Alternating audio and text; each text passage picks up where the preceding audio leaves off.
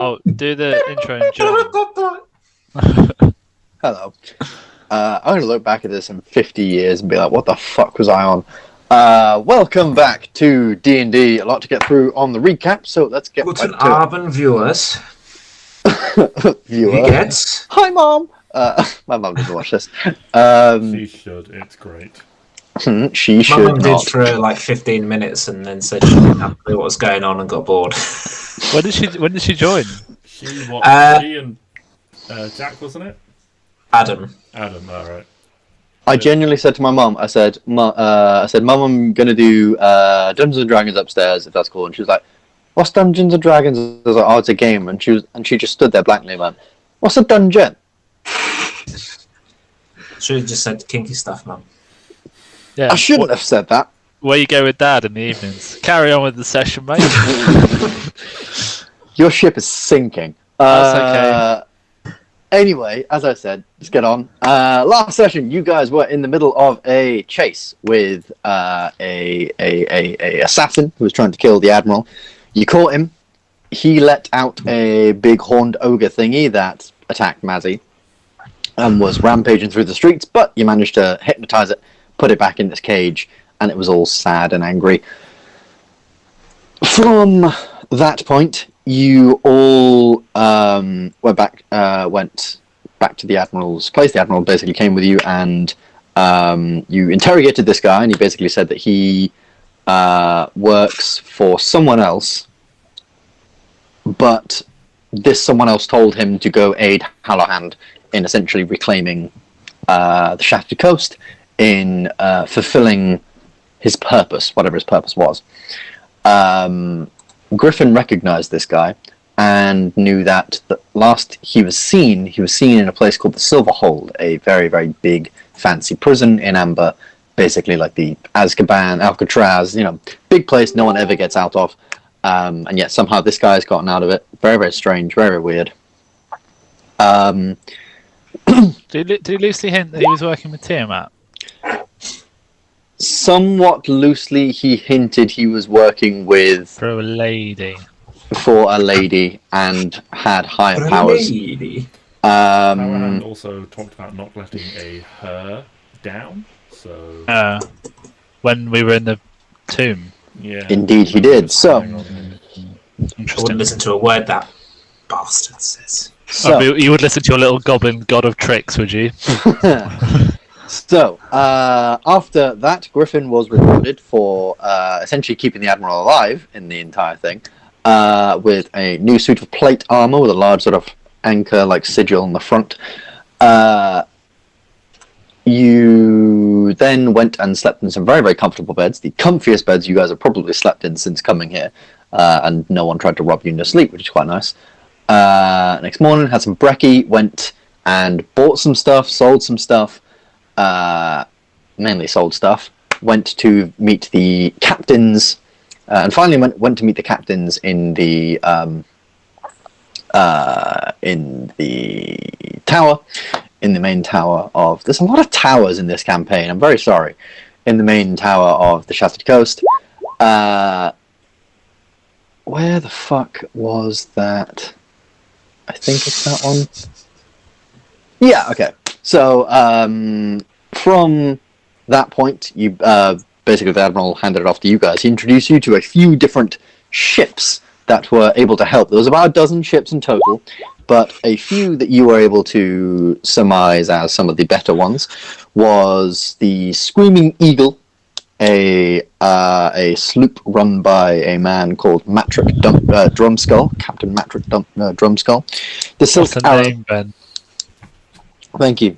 The Silk Arrow is a schooner, a slightly smaller ship than the ship that Oramis sails on. Run by elves, with the captain being a Captain Lady Jane. And the Stormboar is a brig, slightly larger, actually much larger ship than the Dragon's Revenge, and it is a ship of all orcs, and it's run by Captain Gorthon Scrape. Don't know if I mentioned that. Good old Gorthon. Good old Gorthon, likes to be called Gorth, Captain Gorth. Anyway, well, Captain Scrape probably. Anyway, Yes. These are the ones I've let you guys choose from. In the middle of all of this chaos, someone interrupted and told you a tale that no one else seemed to believe. It was all just myths and theories, and people had heard different versions, but this is the version this guy told you, which I, in the week, redacted and changed because the previous version was stupid. So, I am going So to just recite. I asked you in the week, but I don't think you saw it. So Sigurd is Hallowhand. Sigurd is not Hallowhand. Sigurd is not Hallowhand. Okay. Sigurd. So from Sigurd. So There has Sigurd was the been guy who got more- attached to the ship, wasn't there? Yes. So this is the myth. I'll quickly run through it. So the story of the ship is an old tale, now dispersed into myth and legend, but I believe some truth remains. It is said that a merchant of the high seas named Sigurd Alfson spent his days sailing a small vessel under a well-known merchant company.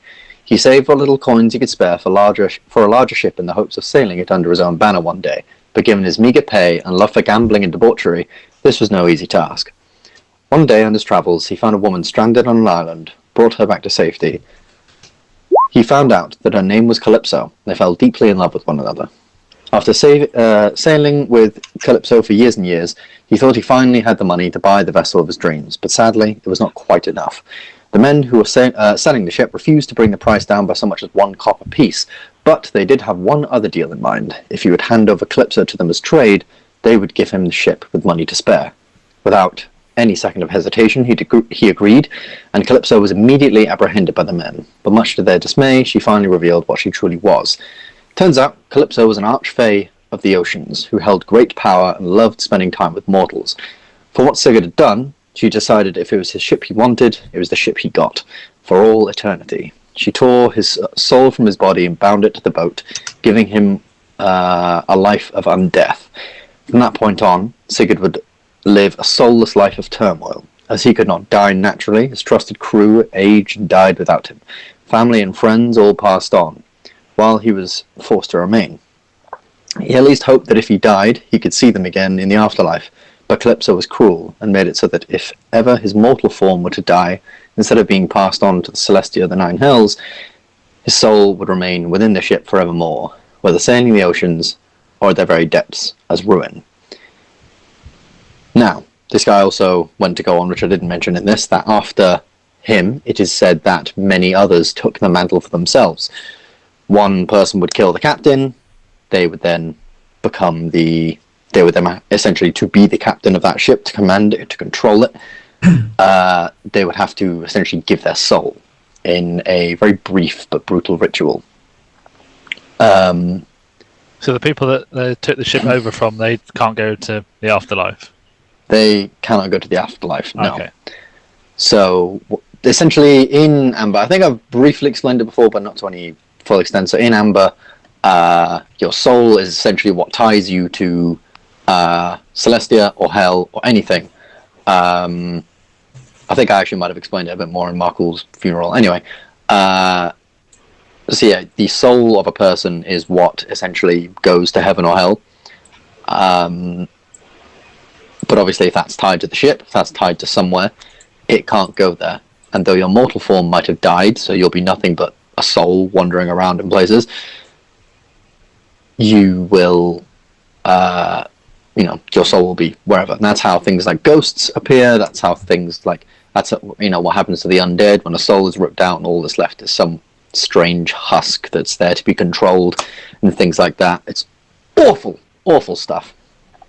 Anyway, I think we pretty much ended soon after that with you guys with the knowledge that you got from Scorch after, briefly before Griffin killed the guy. Scorch gave up the fact that the Hallowhand was in a place called the Barren Islands, a place that's around 2 days' sail from here.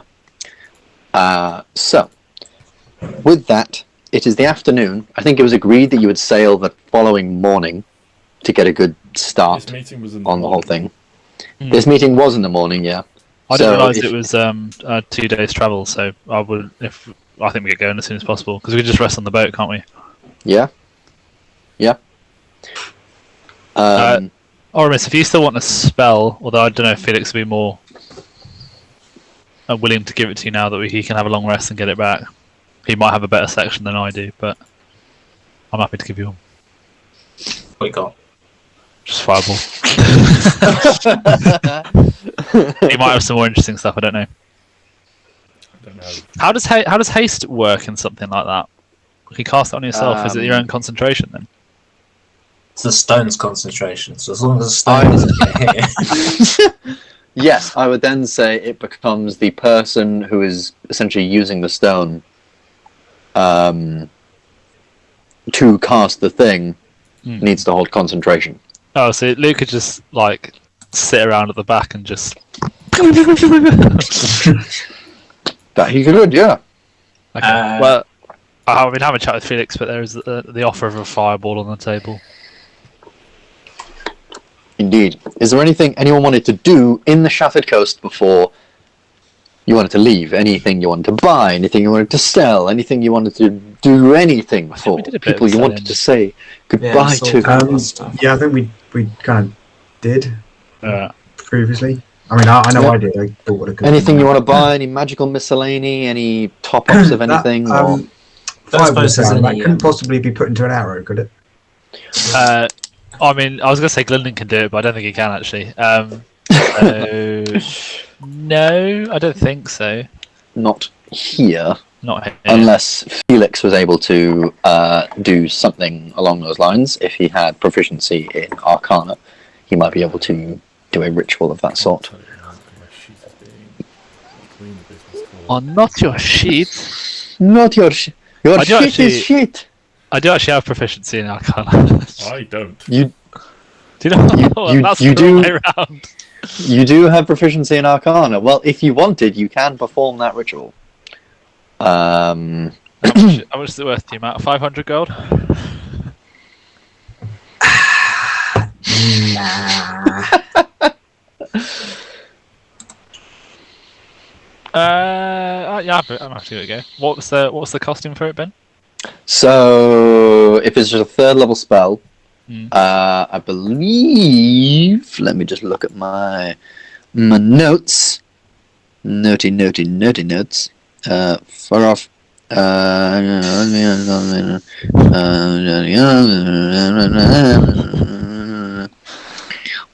He's not reading any of it. He can't read. I can't read. You're just buying time to make stuff up. Well, I'm actually looking for my notes, and I'm, to my dismay, cannot fucking find them. So, I'm going to say that for a third level spell, it will cost. God. I mean, I think it was didn't quite we expensive before. I think the it. last time we tried this and it failed.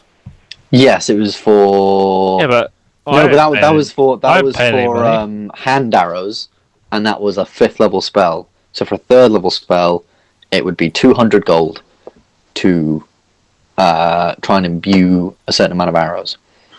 How many? 200 gold. No, how many arrows? Oh, depends on your Arcana check. Would you want this, Matt?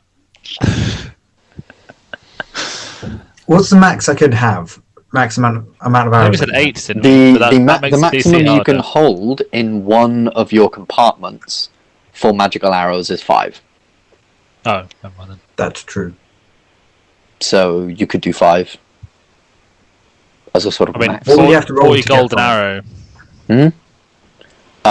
He would have to roll, so the DC is 11 plus the spell's level. So it'd be 16. DC 4, DC... We're going to do a 4th level, Oh, 14, yeah, sorry, I was thinking of Bigby's hand. DC 14. Oh, did I fail a DC 16 with Gylndan? Yeah. I mean, that's- apparently that's- so, because That's embarrassing. you did. I mean, yeah, the track record of this has not been great, but if it's a DC 14, I have faith. Okay, I mean, I'm not putting a penny towards this, by the way. What bonus would you get to the arrow? I thought that's important. So it depends on how many arrows you put in as well. 5. So the more arrows you put in, the less bonus you'd get.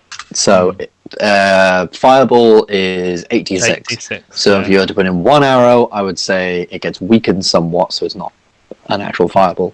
I'd say that would be 5d6 for 1 arrow, and then for any other arrows, so that's 5d6 and for 1 arrow, and it would be a 10-foot radius explosion.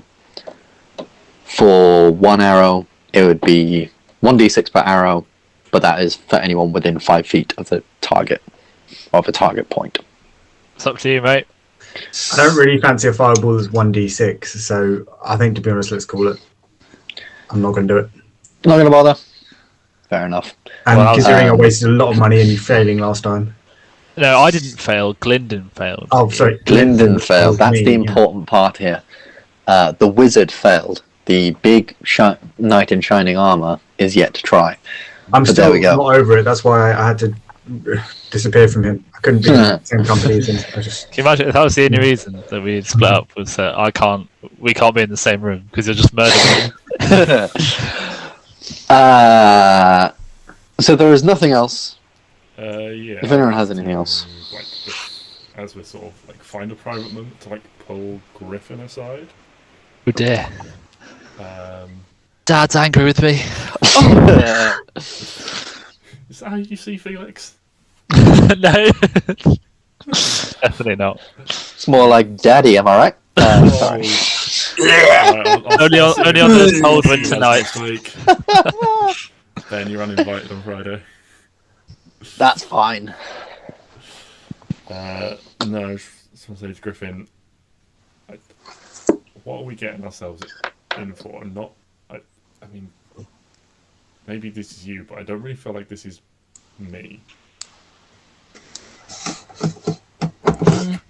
I didn't sign up for a whole cursed by gods thing. I would argue, though, my friend. What a selfish knob.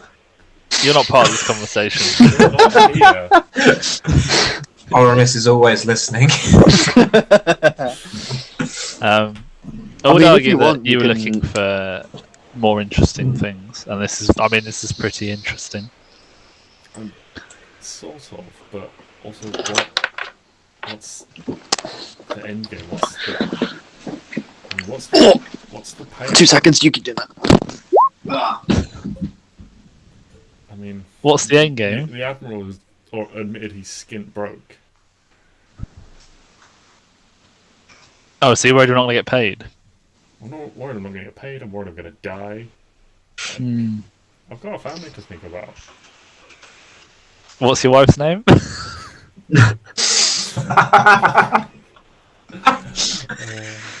Takes 4 sessions to think of a name.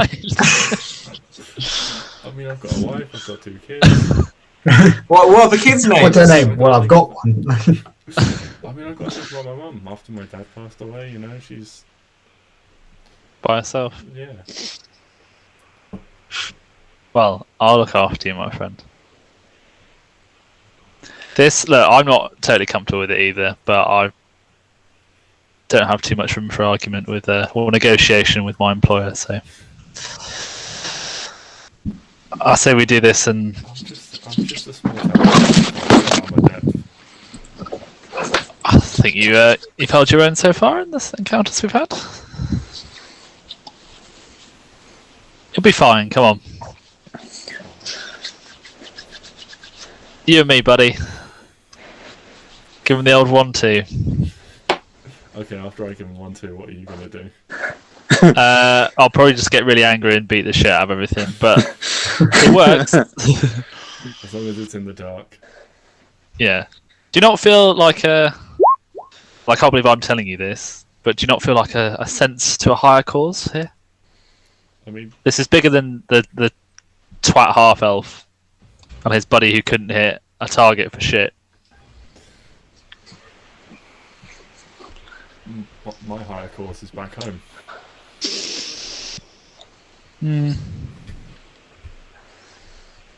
Well, it's up to you. I'm not going to press you, but I think you will struggle without you, my friend. I think you're a very capable individual.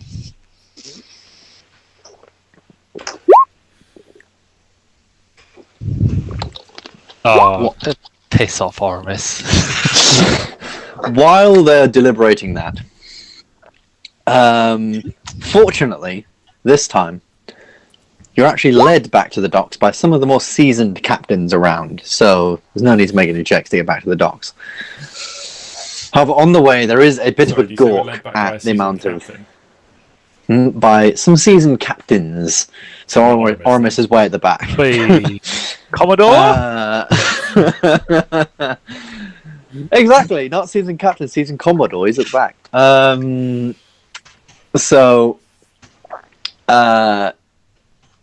You are taken back, and many people, especially at this sort of hour, it's about sort of 11ish now. Many people are waking up from their drunken sort of nights. Many people are cleaning up from nights before. Things are starting. The day is starting to get into full swing. People are moving about, and trade is sort of going on. And you guys actually find that many people are now offering you stuff. Many people are sort of coming onto the streets, offering you breakfast and offering you certain little bits and things like that. A couple of them being people that you recognise from yesterday, from when you stop that ogre. Many different things happening. The Mazzy, as you're walking across, can you make me a dexterity saving throw? Oh dear. Oh, Luke, you have a nice little chat with yourself. No, I can't. My screen's frozen. Oh no. I'd say that's an automatic fail. It's not very dexterous, is it? Try refreshing. Sorry. You got a set of dice to hand. Yeah, I don't know what my modifier is. Your modifier is it's 7. So roll a d20, add 7. I'm on it. Give me a sec. I do not have a big table here, but screw it.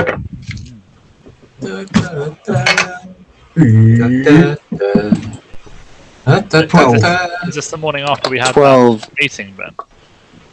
Yes. Okay, cool. Oh, You yeah. didn't start that day. So 12 with the plus 7 or 12 just Well, over? without the plus 7, so 12 Without down plus plus 7. 7. Cool. So 19. 19. So you're sort of walking along and you can hear something from above, and suddenly you move out of the way, and it's someone above emptying their bucket, shall I say, down onto the street below. Oh god, thank god I got rolled a bit higher than this. You talk Great about success. relationships with a goat when we arrive, but you can't say piss bucket. And no, I can't. And the woman looks down. That's for shooting my husband, you prick. From the other day, to which you then suddenly just hear the man sort of pull his wife from the thing. He was like, no, sorry about her. It was the moment getting shot by your mate.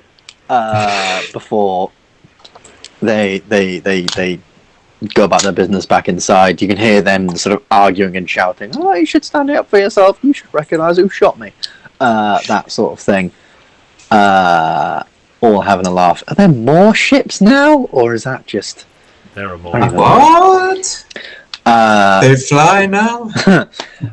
You make it back to your ships. All of the other crews waiting on your call to lead them in the journey. It's sort of been decided amongst the captains that through the journey you'll remain like a fairly sort of tight-knit group to not get lost in any potential storms or anything like that. For none to sort of try and take the glory for themselves and head on out further. And you will be almost at the sort of spear tip for this, and at least at the very beginning, just getting to the islands. When you get back on the ship, it seems your crew have been busy. They've all gone out and, funnily enough, bought themselves some bandanas or like wraps or whatever to match the red of the dragon on the sails, as they are feeling a little more spirited They don't say anything. They don't make any mention of it. You just notice it when they go back. Some of them have them as bandanas over their heads. Some of them have wrapped them around their sort of like sleeves. Some of them have wrapped them sort of around their waist. Things like that. These guys are fucking So when heroes. Oramis pisses people off, his crew is really identifiable to get revenge on. Somewhat, yes. It's not it's not a sort of bright red, but it's a fairly sort of deep, almost blood red of like a dragon's scales sort of thing. A very nice color. Nice. Or is it just red because they've all been injured and they don't want to tell them? Maybe that too. And if there is nothing else, you may all set off onto the high seas. Ba-da-da! Oh, I thought you were going for banana. Ba-da-da-ba-ba. I don't really know what I was going for. I just sort of opened my mouth and a sound came out. Did you do that a lot, Ben? I do, funnily enough. And you know what? It And yet seems to happen somehow every Monday still around got it half 7, and it just goes on and on and on for a couple of hours. So, It's because she doesn't listen to him, Ben, thankfully. JJ even. You set out onto the high seas. The first day goes mostly without incident. Oramis, make me a water vehicles check. Okay. Really? Just gonna shove a little boat on there. Well, we're on the high seas, no? You are. I'll stick it there. Vehicles? Don't fit, but there we go. Ah, 25. Commodore Yeah, nice. Hallowhand. You are making very, very good time. Very, very good time indeed. And many of the other ships around you are sort of, following your lead decently well. You can see on the Stormbore, a bit of a tussle has started out as two men wanted to play the drums. On the Stormbore, there are these very huge, like, drums on the deck, and they sort of go in a line along the middle. Sort of on the side, there's these like ballistas, these huge ballistas, and there's only like 4 of them, but they are massive. And then right in the middle is a set of these large sort of war drums. Many of them want to start playing now. Many of them are like, no, don't bother. It's just loud and annoying when we're not when we're not fighting anyone. Bit of a fight breaks out. On the silk arrows, they're just being poncy and laughing at everyone else. They're being there's almost moments where they're trying to sort of outpace everyone, showing everyone how fast they can be, but everyone else is sort of, keeping a keen eye on them. Whenever they try, there's always just a call to sort of batten down their sails and things like that. And the Screaming Eagles, well, they're doing what they do best. Half the crew is drunk after about an hour of being on the sea. Not drunk to the point where, they're collapsing over and they can't sail, but it's very clear a party has already started there. It's, well, We know I how say to a party, party, yeah. more people drinking because they're not entirely sure they're going to live or die, and it's to sort of ease the nerves, but it certainly looks like a party from where you guys are. What are you guys doing on the ship on this first day? sailing. Having drinks. Tinkering to take my mind off. Oh, wait. Yeah. Excellent. Of course you can do that. Roll me a check with your tinkering tools. That's the wrong tools. That is leatherworkers' tools, and that, I'm thanking God Jakara isn't on the ship. Tinker's tools, yes, 15 passes. Also, I think my believe proficiency that's bonus now. Doubled for... It is. So that'd be a 19. It is. So that is your third pass. What is it you would like to upgrade first with your pistol? It's probably range, I think. Range? What's his current range? Currently, it is 30 by 90. 30 by 19. So with this upgrade, you've adapted the barrel, you've sort of smoothed it out and cleaned it out. A quite hefty sort of margin. You can introduce small grooves to allow the sort of ammunition to have a sort of spinning trajectory that'll take it through the air a little. Rifle barrel. Sort of, yeah. A obviously modest version of it, but it also helps with the sort of accuracy of range. Like, obviously, one of the problems with these is, yeah, sure, it could potentially go over 90 feet if you were to aim it sort of like up, but it's the sort of accuracy of the bullet as well you've managed to sort of hone down, and you can now increase the range to 40 feet for this thing, so 40 feet by 120 feet. But I've seen you're doing friggin' little job. sort of side stuff in The Last of Us 2 when you do the upgrades. You look Yeah, like just that when you're doing it. All I do is clean it, and suddenly it gets so much better. just pull a new stock for your rifle out of your ass and just clip it on. Found this in a bin. Really had to learn this one. Pick the blood and metal shards, and look at that, it just turned into this. So yes, congratulations, you've got your new fancy looking gun. A couple of the crew members who have taken some time to go below decks are fairly interested as to what you've done, all of them being quite jealous about your gun. They like the look of guns and things like that, and though they've got cannons, most of these guys are generally protecting themselves with like knives and scimitars and things like that, nothing special. So and a couple of them they sort of stick around to see sort of the final thing, you aiming it up. They try not to get in the way, but you do find that they're asking about 1 billion questions and then constantly saying, sorry, we don't mean to get in your way, but, and then continuing to ask, and it's, I don't know whether it's annoying or not, it's entirely up to you. Probably, as I'm probably trying to do this to distract myself. Although, maybe after a little bit, like, that just becomes the distraction, and I explain in excruciating detail how every little bit works, and every modification I've made, what that does and that sort of thing, to try and help ease that distraction. That's fair. Well, it's Walter, who is it's Walter and Paku, who are down there, sort of with you as you're explaining this. And Paku immediately, as soon as you start going on to the sort of intelligence-y, smarty bits, he gets bored and walks off. But Walter's still there. He sort of remains and chats with you. Oramis, as you're up top, you do notice that though Caspian obviously was the guy you took with you into the thing, he's now trying to... Him and Frank are getting into a little bit of a thing, because Frank's obviously, he's your first mate. He stood by you as you're sailing the ship. And Caspian's just sort of trying to, like, he stood on the stairs, just by the stairs, and then Caspian stood on the stairs, like really close to him, trying to get close to you.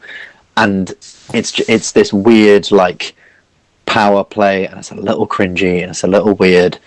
So Frank, to put him in his place, pushes him down the stairs, very quickly sort of puts him in his place, and he gets on with all the extra stuff that needs doing. The barrels of the guns are thoroughly cleaned, and so are all the cannonballs. They're smoothed down to help with accuracy and things like that. A lot of just general guy rubbing his ball.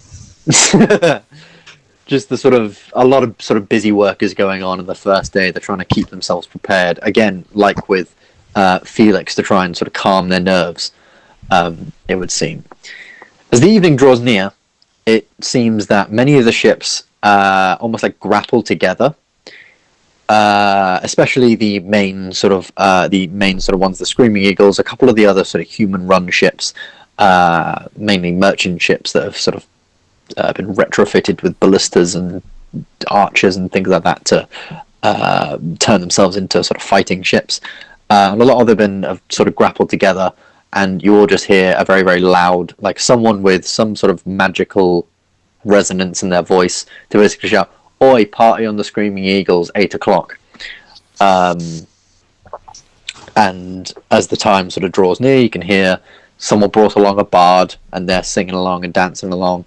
And he's, again, got this sort of magical resonance in his voice that's making him sing a lot louder throughout the ships, which is quite nice to see. It's whether you guys would get involved or not is up to you. But do you guys reckon you'd get involved with the little party that's going on, or? Yeah. I'd take Felix as well. I know he hates this sort of stuff, but I feel like it's good to take your mind off it. Fair enough, yeah.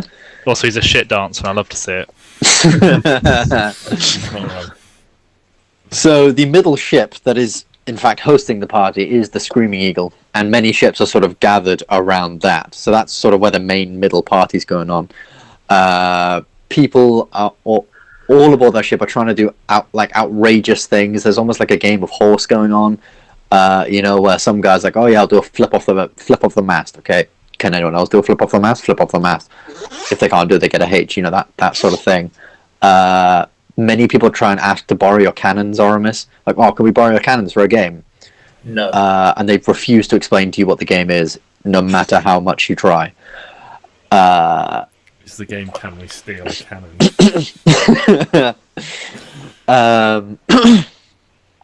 Lots and lots of drinking, lots and lots of merriment goes on that first night as people are trying to sort of get the tenseness of things off of their minds, and you find that wrestle Mazzy.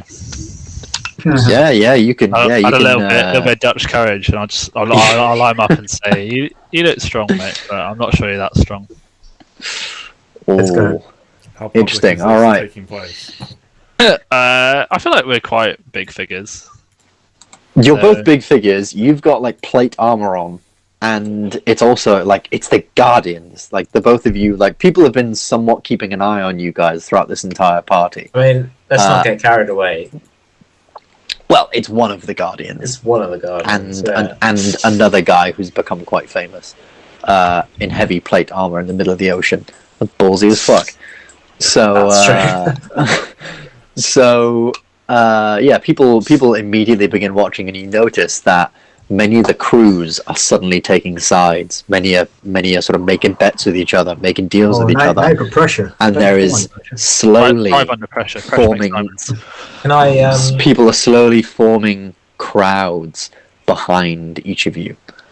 Can I challenge one of the other captains to a bet? Yeah, yeah. On it? I say 10 gold on Mazzy. 10 gold. Oh boy, we're not amateurs over it. 20 gold. Doing this. 25. Poor 30. No. I haven't got that much faith in Mazzy. Fine, 35 it is. I don't know how that works. 25. We'll keep it sensible for now. Fine. You want to Hey. go doubles on that Oramis? Alright. Alright, I'm betting on Griffin. Oof. All right. No pressure, Mazzy. I've had No a pressure. few at Griffin's insistence that I'm getting into the swing of things.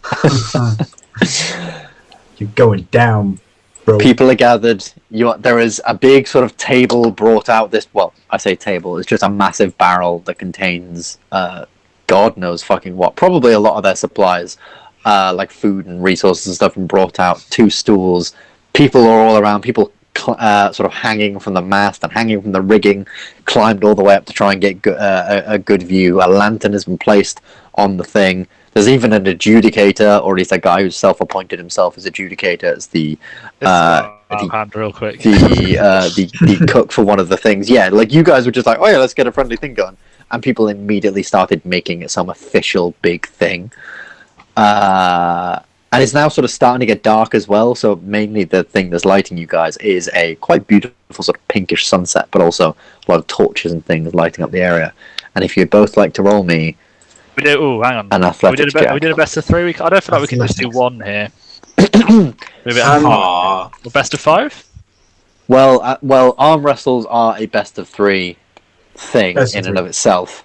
Okay. But yeah, you can do sort of a best of 3 thing if you want to. Are you ready? Shall we count it down? Yeah, well, we Alright, just ready? roll straight strength. Yeah. Just It's- do one at a time, yeah? No. I believe it was yeah, just straight strength. So You said athletics. Oh, I'm happy with athletics as well. I think you both have the same strength score and the same athletics score. Oh, it's an even So- matchup, isn't it? Right. Right, so ready. fair enough. 3, 2, 1, strength. No, Silvery barbs. You what? got silver To distract silver Mazzy. bar. To distract. Isn't Here that? comes the brawl. Here isn't- comes is- the brawl. Is that just on an attack roll?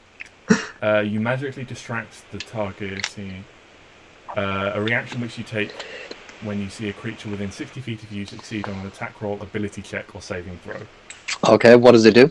He has to re-roll and use the lower roll. Okay. What the fuck, man? I mean, yeah. you've just got to get over 11. Re-roll and do a lower roll. So it's disadvantage. Fuck. Essentially, yeah. So re-roll. Do I witness this? Also, as part of this, You have to witness this, I'm Luke. You going have to, witnessed this. I'm calling it for you. I can give advantage to Griffin on his next roll. It's all about the friends you have, mate. Okay, so are you trying to do this somewhat sneakily? Yeah, I have committed. I've made a bet with Oramis and then made a deliberate decision to move away from him, so I'm not standing near him. In terms of Hang drinking, how Well, many no, have you just- had? Well, I probably started quite slowly and then had a couple of Okay, I'll say started roll me slowly and then got into it. If it's sunset, 3 like con you're saves. hammered. Roll me 3 con saves. Felix. Have you got a good con? Oh, yes, you do. Oh, you're fine, mate. Yeah, No, I must have noticed this happen. You're fine. Are you trying? So you said you're trying to do it stealthily, right? Yeah, it's only Roll got a verbal sleight of hand components. Oh, it's I only mean, got. I must have noticed this it's- happen to myself. Whatever happens, whatever he rolls. I was Like, going to say, like... Yeah, you probably someone's you would probably if notice it's something. Who's if gonna it's in a believe fight, you? then obviously I'll go. Okay, Who's something's gonna happening. believe Fine. you, man? But You've this just is lost. like, They've just lost. It is what it no, is. I just won, and I've been cheated No. out of a win. Like, It's a distraction. I so legitimately won. it's a Like, magical distraction, so you wouldn't necessarily notice. You that won- You might get like a flash of light in your eyes or something that blinds you. Also, you No, only hold won the on, hold on. first of. So Adjudicator. an arm wrestle is best of 3. So you Yeah. roll 3 strength things. Whoever wins that essentially wins the pot. Versus two, basically. Um, Well, I've got advantage. however, you have now rolled a nat 1, so that's an immediate loss. So yes, you have lost the first one. I'm very sorry. All of that, and then you're just like, yeah, Dave lost. But yes, you probably would have definitely felt something wash over you, almost a magical, almost like ringing or something in your ear. So then when they call, and it's like almost immediately as the guy calls 1, so then Griffin just slams down. He I've wasn't even noticed doing this. it that I'm hard. going to say restart. I'm going to call restart because I've noticed there's magic happening, and I'm It looks not a little going bit. down on It something looks that a isn't little fair. bit like, mate, you just lost. Alright, you just fucking lost. Yeah, people are definitely more on the side of you just lost, dude. Roll me a persuasion check. Oh no, I bet he's got shit persuasion to be the best thing he's ever rolled. Right, got it covered. Fuck off. I've got. Hold on, 3, 6, That doesn't make a difference anyway. 7. I've got 8. So I've got 14. left, so I can do this all day. So no, 14 is Dude, go 14 fuck him is up, a please. 14 is a positive. Okay. There are people in the crowd who are sort of undecided. Some people are saying that this is Mazzarious, this is a guardian. You wouldn't go down that easily, and everyone saw that something did sort of shake his nerve a little bit when it started. But there are also other people who just want a load of money. Let's pay him. And from this, you notice a couple of people are sort of fighting. Fix. You're going down for match fixing.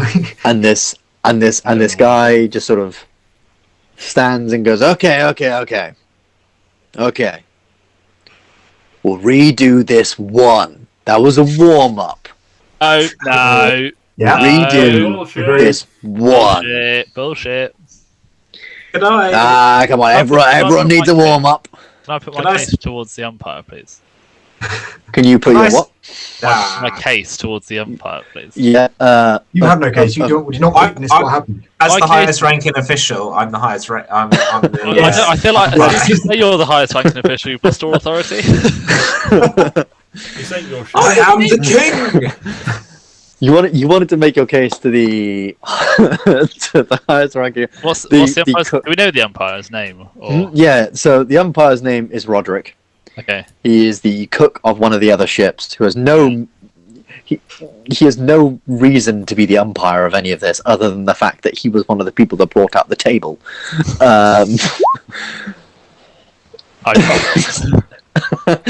So, hang on. So, That what means would you like I'm not to say? going to persuade. I'm going to intimidate Roderick, and I'm going to say my case, Roderick, is that I just fucking won. Yeah.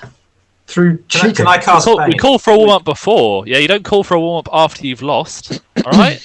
Yeah, that's bad I sport. didn't call for a warm up. I called for cheating. He just That offered a warm up. Is the least well- intimidating thing I've ever heard. Okay, I'll break your kneecaps. Well, this depends. Have you also been drinking? I'll break your kneecaps if you break his kneecaps. I'd have had the same amount as Okay, so roll me 3 con saves. my con's Griffin. not as good as yours. Haven't you got proficiency in con? I do not know, Oh, No. but I do have +4 to all my saving throws. So. that's true. Oh, That's a good start. Fine Oh, in you the got first one. +6 instead of +7. That's not bad. Okay, Is that the last one So, a fail because it goes that up? last one is a fail, I'm afraid. One level of thing is right there, isn't it? That is Isn't the first that is level advantage on charisma checks. no, it's disadvantage on charisma checks. It can't be. For being- You're so for much being- more for being charismatic tipsy. when you're drunk. I swear the first level was something like I think- advantage on charisma checks, and it was like you might as well be half pissed all the time then. No, and then I amended it because I realized that's just broken. You are like imagine Oramis just getting tipped a little bit tipsy all the time. That'd just be broken as fuck. Just keep a little Um, pouch of rum with me. I suppose there's a Sip on- difference sip between on being it half hourly. cut and being an alcoholic. So I'll say on the first level it's not disadvantage, but you can't add your charisma modifier to Or the intimidation check. any charisma checks. Okay. Right, so I've got proficiency in intimidation, so I'll do that. That's just +4 instead. So -4 on Yeah. the roll that I'm about to do. Yeah. Oh, come on. 14. It's as good as Mazzy's. 14. It's as good as Mazzy. This guy's fairly somewhat intimidated. But then he has many people from his sort of boat sort of backing him up, saying, oh, no, stick to your guns, mate. Almost happy that the cook is finally sort of amounting to being, not just the cook of this crappy little merchant vessel. So he does stick to his guns somewhat. I'll tell you what, he's going to try and roll a check against yours to try and see whether he likes it. Right, 1 to Griffin. I'm very sorry, he rolled a 4. I'm going to walk off. I'm just... no, we're done. Ben, We're done. Ben. Yep. Can I cast, There's cheating can I cast involved. Bane? I don't play. There's no need to cast Bane, Luke, because we're not playing anymore. I won. No, you didn't I'm gonna give Mazzy a little talk. I'm gonna say, listen, you got this. You just, I know I can beat him all day long, but when there's Exactly. I'm not playing. mate. I know you can beat him. You got. These boys know you can beat him. Yeah, you just got to tell him that you can beat him, and it'll be fine. Are you sitting down for more? It's not a fair fight. I only do this when it's fair. Look, bitch boy, I've I didn't even use any got- magic, alright? You just lost. I've evened the odds. Things are a little bit more level. We're going to look back at this in 5 years, and we'll be like, do you remember the Hallowhand fight? No, but I remember the armor between Mazzy and Griffin. Oh my god. Yes, so let's hurry this up a little bit. Are you doing another one or not? Oramis has persuaded me. Yeah. And Oramis I has suppose there's a persuaded lot you. of crowd Alright. cheering me on for this because All right, another one. Both of As you. I On 3. cast, hang on. As I cast at second level, because Yeah. like, all my spells are at second level. Yeah, Obviously, I don't know that Felix has done anything. yeah. But can I just cast it on Felix for the hell of it as well? I mean, if you want to. I mean, you're the only. I mean, if you want to. You're I one of will the say most it has I'm no asking for effect. permission, JJ. I'm asking It for has permission. no effect on what Felix Fine. is doing, but if you really want to, Right. Can I so- double down on Sam? It doesn't affect, No. it doesn't affect me actually, does it? Because I'm not making a saving throw or an attack. We're twisting the rules a little bit. Oh, that is a very good point. It wouldn't make it wouldn't make a difference. Oh, well, screw you. So You the two have of nothing to help me. I've done my best. Griffin, Griffin, and You Matthew. sent him straight back into So I'm the. just lost. Whatever happens, I'm going to roll. I've lost this. Whatever. I cannot win. There's no physical. That's not true. You can win. Have You faith can in win. yourself. I have faith in Have myself, faith but in I'm yourself. going to lose because I know what's going to But happen. Mazzy doesn't know he's going to lose, and But I know that's the magic's important involved. I part. know magic's involved. You do know magic's involved, but Oramis has just told you, and you believed him that he can even the odds. Okay, I'm going to say if my arm suddenly flops down in an absolute instant, straight away, it's You should probably cheating. start trying harder. I know I'm stronger than you. All right, ready? 3, 2, Oh, okay, 1. hang on. Strength. Oh, where's yours? Oh man. Don't leave me hanging. Do I get advantage on this? Yeah. No. Okay. Oh, where is it gone? You Alright. get advantage. You got advantage on your next roll, which Oh, was okay. the con save. Oh no. I've even the odds and I didn't even do anything. Suddenly there is an uproar. People are like, "Holy Whoa, shit! Maybe this magic is- was involved." Suddenly now people are very, very sort of people are looking around the audience. But obviously this is the group of brigands, mercenaries, merchants, smugglers. They got no fucking clue what magic looks like. So one guy just starts twiddling his thumbs and gets punched in the face because they think he's doing some magic. Another guy gets accused of having a magic bottle, so you should have it taken off him, and it's just a bottle of whiskey. It's just an excuse for a guy to have a bottle of whiskey. But the final confrontation, 1-1. Let's see what happens. This On I'm going to 3, lose this just straight roll, aren't I? 3, 2, 1. Strength. Nah, well, Okay. Ah! That's pretty bad. Yeah. You're going to give me one and then just... Mazzy, you got money on this, Matt. reroll. I mean, there's still a chance. Come on, I mean, Mark. 15 is not a massive. That's true, actually. Come on, Mazzy. I actually want Mazzy to win this. I'm sorry. Oh, Come on. And with that, Mazzy, you almost you have your arm here, and then you almost like again get this sort of ring in your ear, but you've almost just sort of told yourself, no matter what happens, tune it the fuck out. Yeah. And it's hard, and your arm does sort of falter. Then you just look up, cheeky little wink, and then slowly it just sort of until you can hear the clank of his wrist bracer hit the metal deck. Everything goes up everywhere.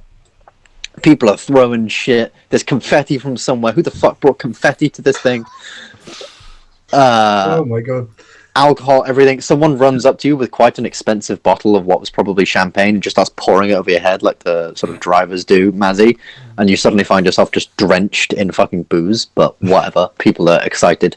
People throw another bottle of this very expensive champagne into your hands. You don't know how much this costs, but all you know is it's Probably stolen. God. Probably stolen, and B, holy fuck, this looks fancy. Is it written in actual liquid gold? Holy shit. And if you were to drink it, it does taste rather marvellous.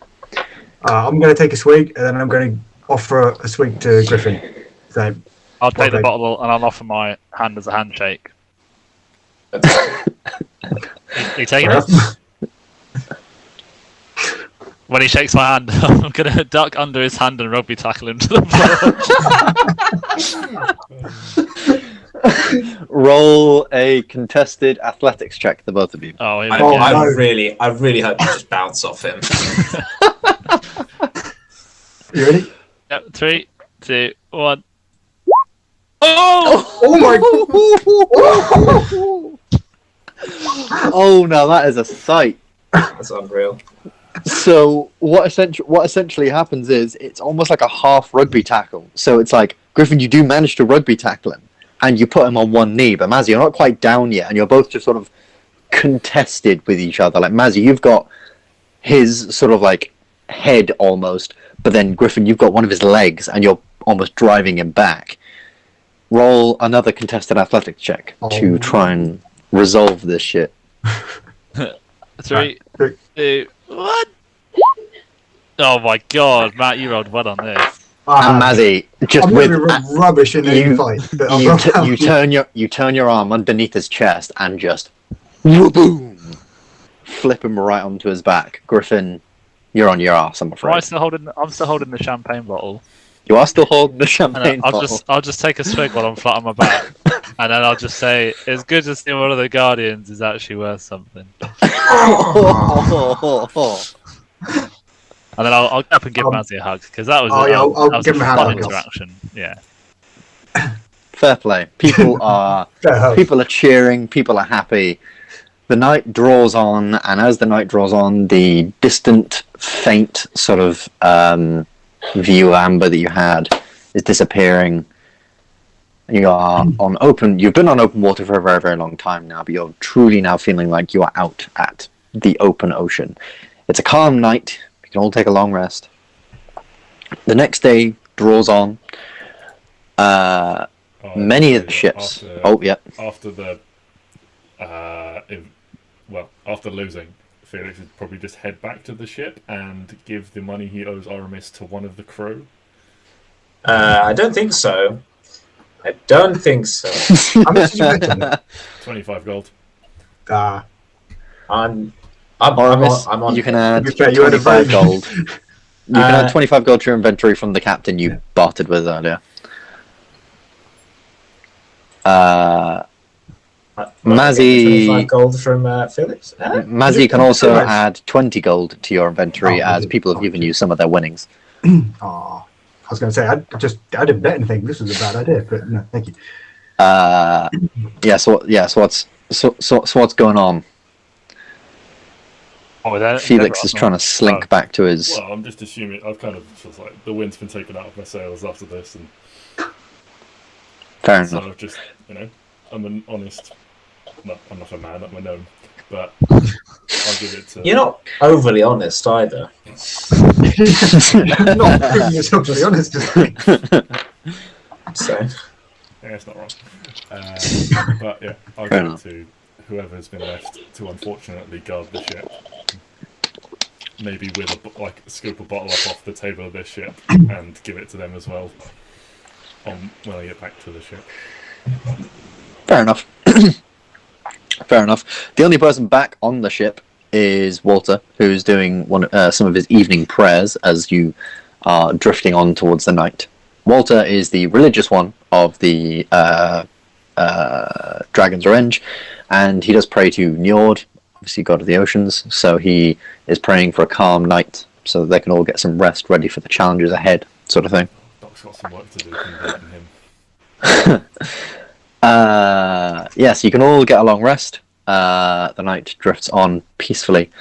For those of you that will wake up fairly early in the morning, there's a lot of ships getting close to one another for people to try and go, get back to their original ship, sort of thing. Very, very, very odd. It's sort of like an odd thing to see a bunch of ships slow down as people are swinging to and from just to try and get back to their original ship. And it's sort of like a game of okay, if you come to my ship and then we'll slow down and then you can go to this ship and then we'll go slow down and then it's very, very strange. How many men fell overboard? Surprisingly, none. Amazingly, that's one of the most impressive things people are talking about the next day is, oh my god, no one actually fell overboard last night. Holy fuck. It's a good thing too, because we were all way too plastered to stop for them. We should not have been drinking and driving. Wait, were the ships still moving? Yeah. Jeez. Wow. For some of it, for the sort of start, people they were still moving. By the time that the arm wrestling things happened, no, they were probably settled down for the night so that people could sleep. But yeah, next day draws on. Pardon me. Quite nice day. Sort of clouds dappled over the sky. It's not too cold. But as you're sort of getting further and further away from Amber, it is starting to get there. The breeze is warming up a little bit. The further east you go, you're informed that you have to go a little bit south as well. If there's nothing anyone would like to do on the second day, the second day draws on with nothing really eventful happening. people taking the next evening for a bit more of a somber evening. And one thing that does happen. Oh, yeah. I'll just say a little prayer to Tyr and just ask if he's got any advice. And maybe what Felix said is lingering on my mind a little bit as well. Like, we're really getting away from what you sent me to do here, and I just want to make sure this is definitely the right way to go about it. See if I get any response or sign. Yeah, so you're thinking on, obviously, you know, the mission he's given you and where you are compared to that. Obviously, this has been quite the detour. But in your mind, you find almost messages, almost brief, sort of flashing memories that you weren't even thinking of the happiness of the people that you've helped so far on the Shattered Coast, of you know, people's smiling faces as you've gone by. You almost, as you're sort of remembering these things, you've heard people that you didn't hear at the time, but obviously maybe you would have, but amidst all the clapping and the busyness of the streets, you know, people talking about the paladin that went down the road, the one that charmed that big ogre, you know, the knight in shining armor almost. And it's almost a sign to you that, you know, though this isn't necessarily the path he set you down, he's still happy you went on it. Okay. And there is still other justices to be fulfilled in the world.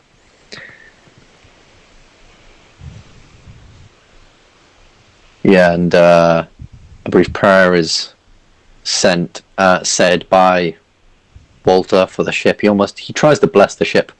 He doesn't do a very good job at it. He's not a priest in and of himself, but he does remember an old prayer to Njord. And just as night draws in, the bard on one of the middle ships plays a calming tune as everyone quietly this night, very somberly, heads to sleep. Many of the captains around you lay awake. A small game of dice is being played on one of the ships by many of the different captains as they all sort of spool together to not get washed away in the oceans overnight. And as the sun slowly rises the next morning, you see these dappled islands in the distance, a very far way away. Now I say as the sun rises, but as it gets lighter this morning, you find that the clouds overhead almost blanket over the sky, and there is a thin sort of mist about the area that almost reaches just a little bit over the sort of height of the ships. But it is thin, and you can still see these islands, and they are nothing like you've really seen. They're hardly bigger than, you know, most of these islands are hardly bigger than a ship itself. So the reason why they're called the Barren Islands, it turns out, is because, you know, none of the islands are really big enough to live on, but it's just almost like this, like someone's just taken a bunch of rocks and just thrown, like huge boulders almost, and thrown them in the ocean and gone, here's a bunch of islands. But a lot of them are very, very tall, like 50 to 100 feet tall, each of them. Some even taller than that, almost like just sort of spires or spikes sticking out from the water. Some of them have beaches and things and small side areas, and there is evidence that people, at the very least, once lived here. On the top of one of the closest ones, there's a remnants of an old sort of wooden watchtower, and you can see a very old red flag flapping in the increasing wind. As you get closer and closer, the wind picks up, and it howls and whistles,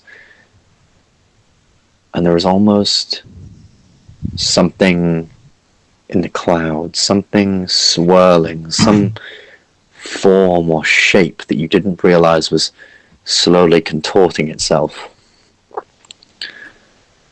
And it almost looks like a skull with these two horns wrapping around, and as the clouds contort and shift, there is almost a brief sort of opening or parting to let a brief little bit of light through just over one of the eyes. And each of you on the Dragon's Revenge can hear a voice. This is your last chance. Leave these islands or never return. I am merciful, Oramis. Don't let everyone here die because of your vanity. Too late. Huh? Too late. Can I try and make a bit of a rallying cry to the crew and be like, what do we say to this, lads? Oh, fucking that kind of thing. Yeah, no. Is it that reluctantly? Let's go get him. Yeah, is that reluctant or is that supposed to be an inspirational Oh speech? God, Yeah. get him! Oh. Roll a persuasion check Watch me for a sort of get charismatic rallying cry. a piddly 14. Are you ready, boys? Persuasion. Fuck you. Yeah, as you say, there's many of the crew, and then many of the crews behind you. They don't even know why, but they just sort of start chanting and roaring, and then you hear this quiet, sort of raspy voice again. I was hoping you'd say that. I did want to thank you all in person. You and Mazzarious. Your deeds last year. Well, they left a seat open at the high table. And in the new world, in the Dragon Run world, they'll need a Lord of the Oceans. And I'm more than happy to oblige. Come then, Oramis. Let's be having you. Alright, Delia. Let's be having you. Let's be having you. Can we all do that? Yeah, everyone has just look that. across at Mazzy and Oramis and just go, "Fuck, good job, guys." You're welcome. Just comes with the tray, you know. That's fair. You kill a god, sort of things happen. Yeah. Yeah. Well, next time maybe could one of you replace? I don't know how that benefits I think- anyone. Don't give the Onwards! more of the opportunity to be gone.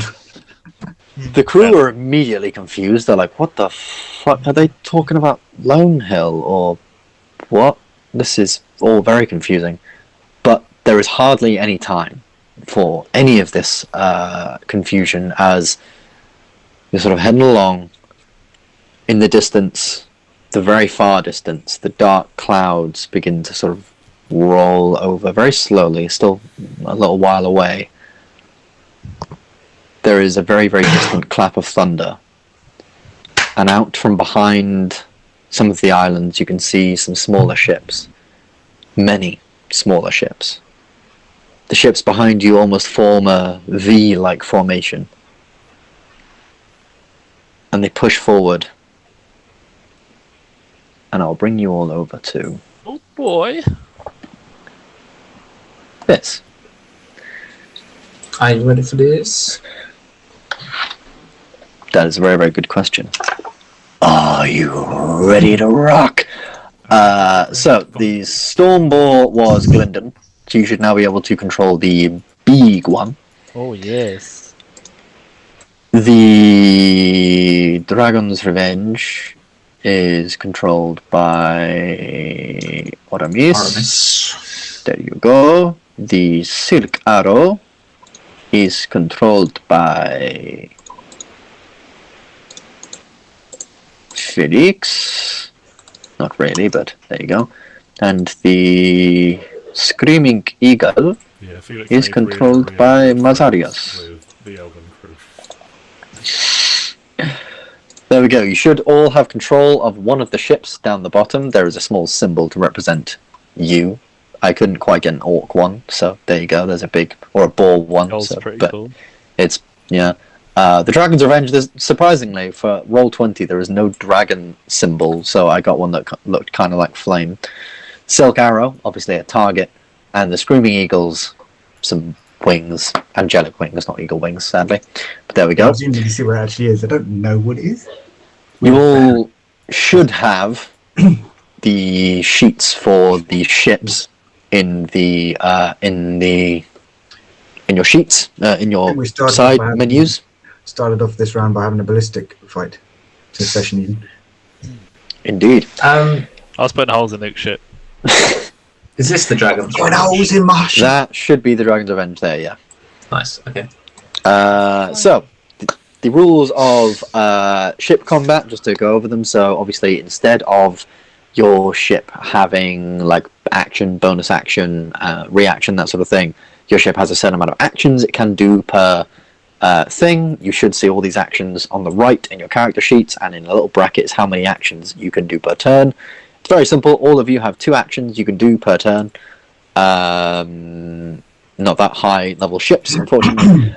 So 2 actions you can do per turn, attacking with 1 thing, and then whatever you want to do after that, or essentially effectively dashing or whatever. Have a look at what they are. I've simplified them all down so they're a little bit easier to see what they all do, and hopefully should be explained a little better.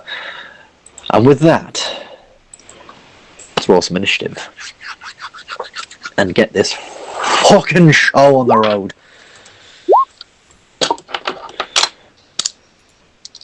The ship's initiative, isn't it? Yes. Yeah. We're all called the Dragon's Revenge. You are, which is very strange, but I just have to ignore that one. So that is probably Griffin going last. I don't know. How does Griffin's ship have a -2? This Because it is bigger. It is fat, fat boy. and therefore Aye. it is It's slow. yes. So I got the guns though. so Guns and ships.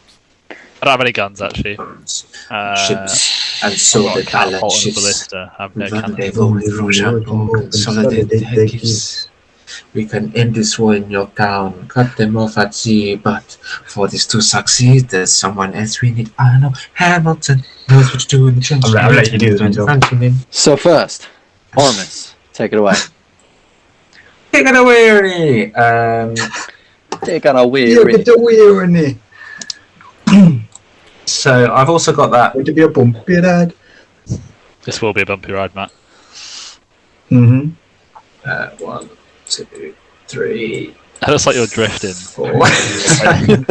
He's going with the tide. So he's actually going straight, but it doesn't look like it. Oh. I'm gonna 6. Run aground straight off the bat. Remember that each time you turn as well is 1 thing of movement. So each Yeah. time you turn, 1 hex is So I've 1 got thing of movement. 8 hex of movement because I've got the That you magic do. wheel. So You do, I yes. Turned once and moved 7. Nice.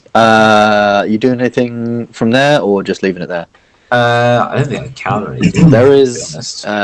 effectively a dash variant. I don't want to get too far away from the rest of the boat, so I'm going to stay there. We'll follow you, Aramis. Do we have a a plan of attack? Yes, we have a- Did not. we have a plan. We have a plan. Attack! Attack, yeah. Excellent. Well, if that is everything, then it'll be these guys. So, 2, 3, 4, 5, 6.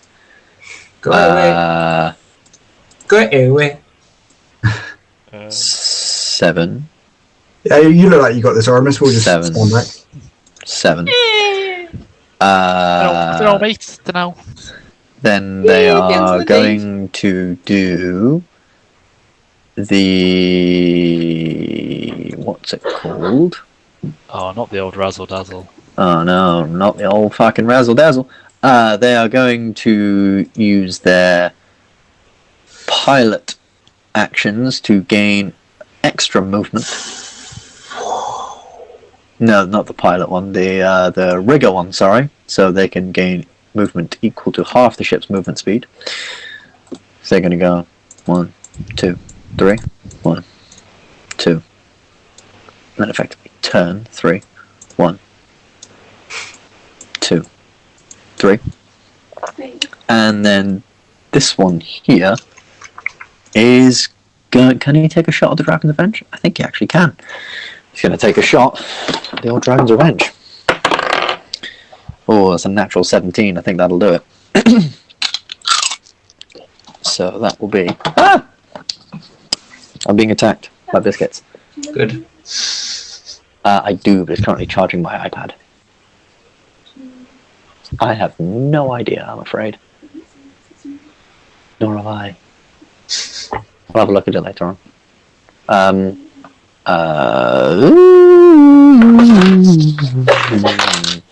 What charges my iPad on?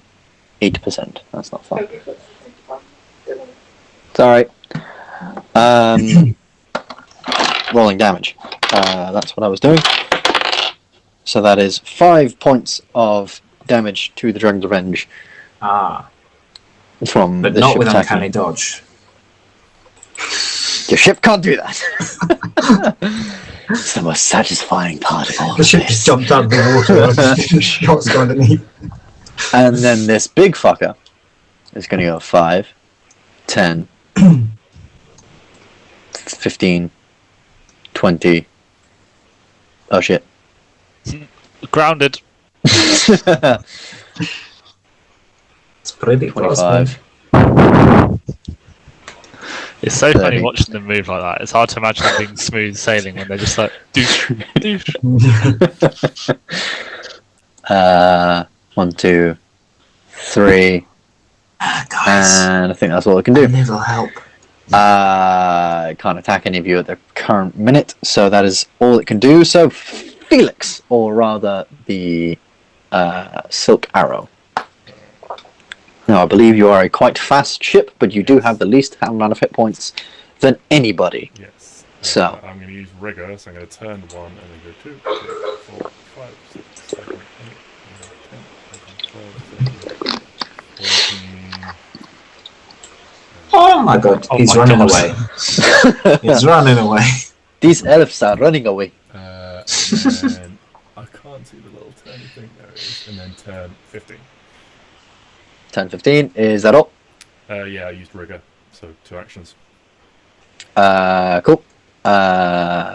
Next up is Mazay. Right, I'm going 1, 2, 3, Be the Screaming Eagle, Jojo. 5, No, I'm the 6. Oh, that's it. Mazzy is the Screaming Eagle. I am the eagle that is screaming. The That is eagle yelling. that is screaming. And I'm going to take a shot at the big guy. Shot at the big guy. Which is- Fucking... Don't sink my ship. That is not Hallowhand's ship. Oh, good. That is a brig. Oh, I wonderful. was going to say, that's why I didn't name him. Right, okay. You'll Yes. know when Hallowhand's ship comes in. I see. Terrific. Cool. So if you would Roll like to to attack. take a shot, roll to attack. Does that hit? What's the AC of the thing? Yes, that does hit. Ah. Roll the damage. Get fucked. Ah. As these rather That's large ballistas just sort of, you can all just hear the twunk. These huge, ballista bolts just fire into the side of this thing, just piercing straight through the side. Any other ship actions on your turn? or I assume I can't then do the same attack because that's sort of reloading you cannon. can't. No, yeah. Right. So, Okay. I believe every Two ship has actions, 2 attacks. 2 bits of movement left. So, there it is. I'm going to turn and then go 1 closer. So now that I am in range of some flaming barrels. Flaming barrels. There is a essentially, for those that don't know, there is essentially a catapult on the ship that throws these flaming barrels at other ships. So yeah, roll to hit with a flaming barrel. Ooh. Ooh, just hits. Oh, yeah, boy. Just. Well, that's good damage. Or better damage. And 8 fire damage as this barrel just over the side of the ship. Very, very nicely done. People in the Screaming Eagles begin to cheer. Griffin. Or the Well, Storm Boar. only 1, 2, 3, 4, 5, 6, 7, 8. No, so you get 2 ship actions, don't you? You do get 2 ship actions, yes. Okay, and so rigor is 1 action. That gets you an extra half movement speed on top of Yeah. it. Okay, No, I'm gonna. Is rigor only 1 action for you? Rigor is 2 actions for me. Is it? Yeah. Let me double check. What 2 ship actions? Shouldn't be a thing. Yeah, I've got rigor brackets 2. Oh, I see. apologise. That is I think a mistake unless everyone else has it. I've got it. It says 2 for me. I didn't sit there. It says in the description uses their action to go full sail, but then it says 2. So Oh, it says 2 on the thing. Right. Okay. Oh, then it is 2. So it says action in the description. So I don't know if you got the description wrong or the. I might have the description wrong. Okay, so it's 2 actions to do that. Yes. Yes. Okay. Right. Okay. Right. I shall rethink what I'm going to do then. 1, 2. 1, 2. 1, 2, 3.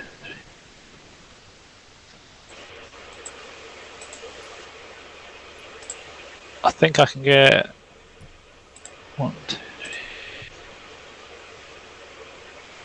I'm gonna go here, Yeah.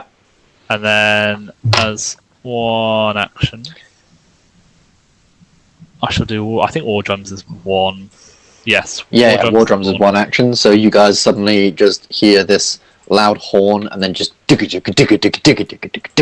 these huge war drums start getting beaten by all these orcs aboard the ship. Anything else?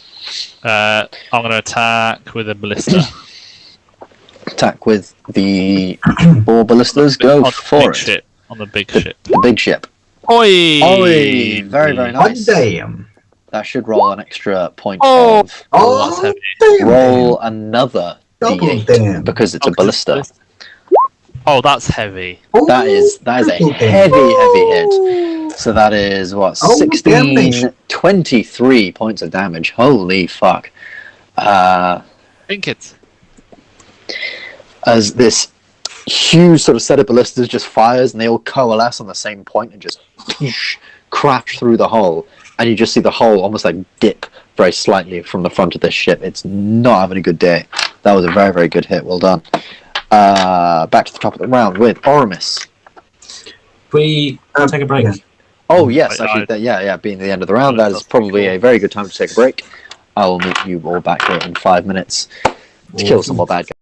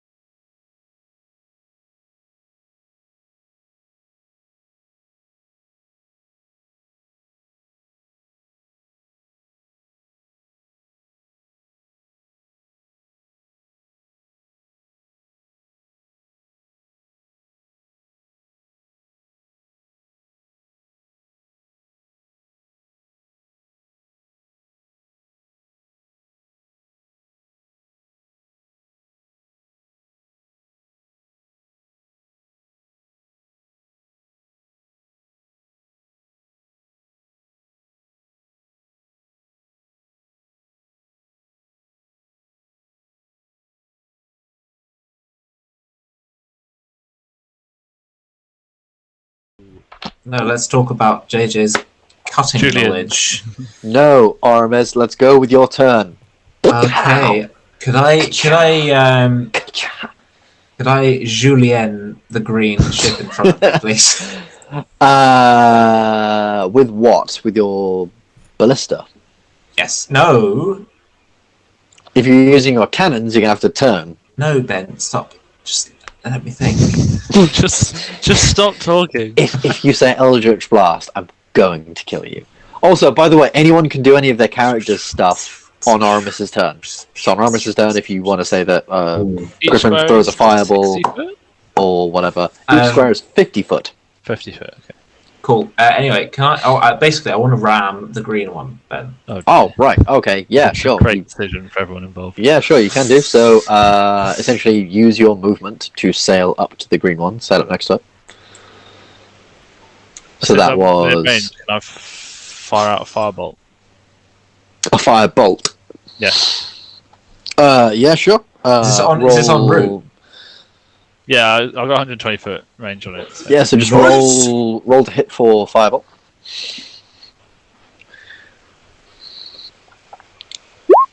What are you aiming for? Are you aiming just for the nothing. ship? I'm aiming for nothing. Straight in the water. Well, a 12.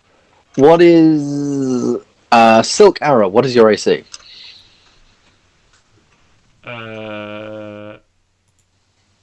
My AC is 11.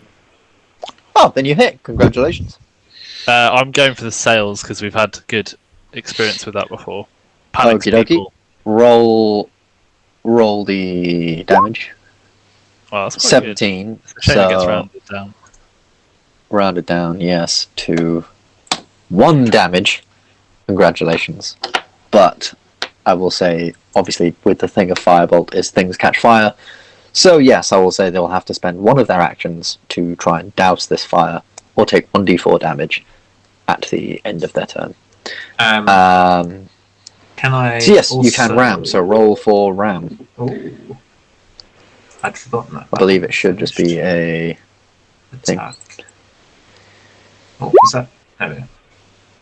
Yes. So that's a DC 11 strength save. They need to make, but you also need to make a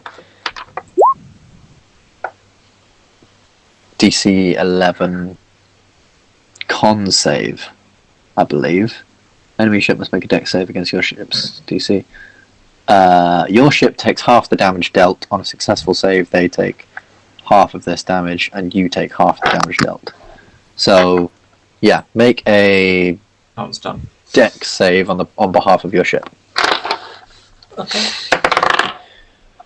And they got a natural 1, so they will take all of that, plus 3 because you moved 3 hexes. That's actually 10 damage. Congratulations. You take half, so you take 3 damage. Bludgeon damage as you ram your ship into theirs. And can I get 2 actions, yeah?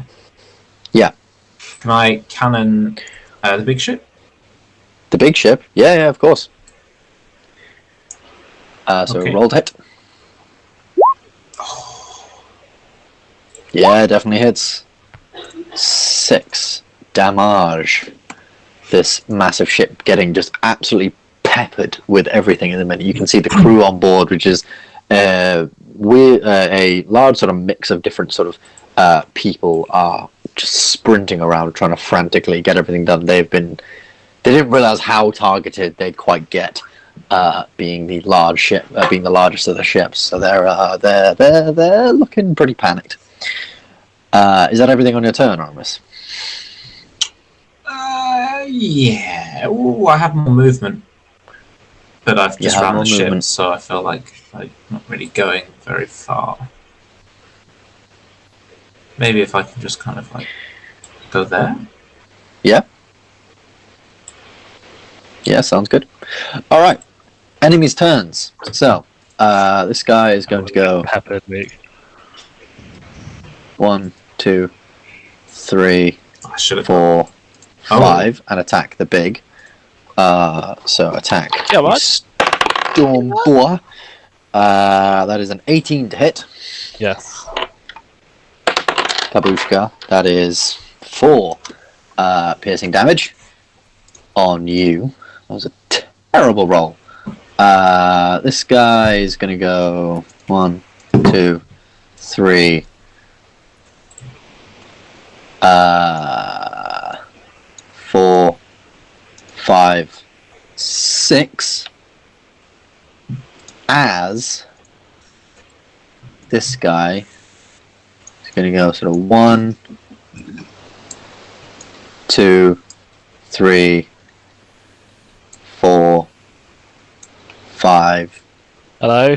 6. And as he passes you, you realise on the side of the ship, hatches begin to open and large metal cylinders are pushed out as the orcs on your ship suddenly realise, oh fuck, they have cannons too. And because he's right next to you, he rolls with advantage to hit. And thank fucking god he does. That is a natural 17 for a 24 to hit, which I'm assuming hits you. And then this guy is going to attack the Screaming Eagle with a 2. Misses. So I'll roll the damage for that one. So that is 12 points of piercing damage on the big ship there. And then this guy is going to turn and try and pepper the Dragon's Revenge as he sails the fuck away. Natural 15 plus whatever, I know that hits. 4 piercing damage on you as well, as rolls a natural 1, and then goes 5, 2, 3, 4, 5, and that's all the movement he's got. Next up, we go to Felix with the silk arrows. Okay, under piloting, it says use a ship action to gain movement that can only be used for, or extra movement that can only be used for turn equal to the ship's proficiency bonus. I've got a proficiency bonus of 3. Yes, so that means you get 3 free turns that don't count against your movement. Okay, so essentially you get 13 movement. Yeah, basically. Okay. 1, 2,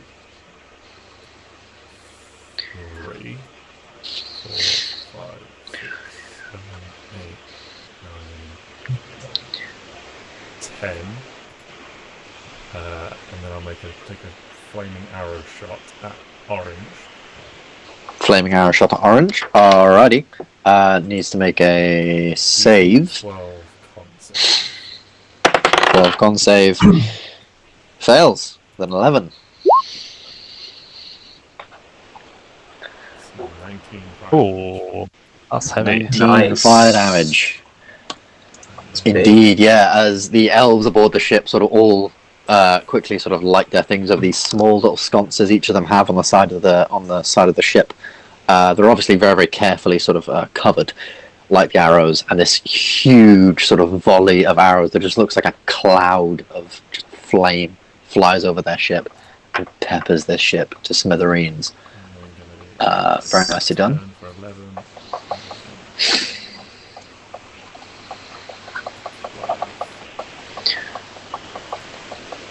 Alrighty. See you later.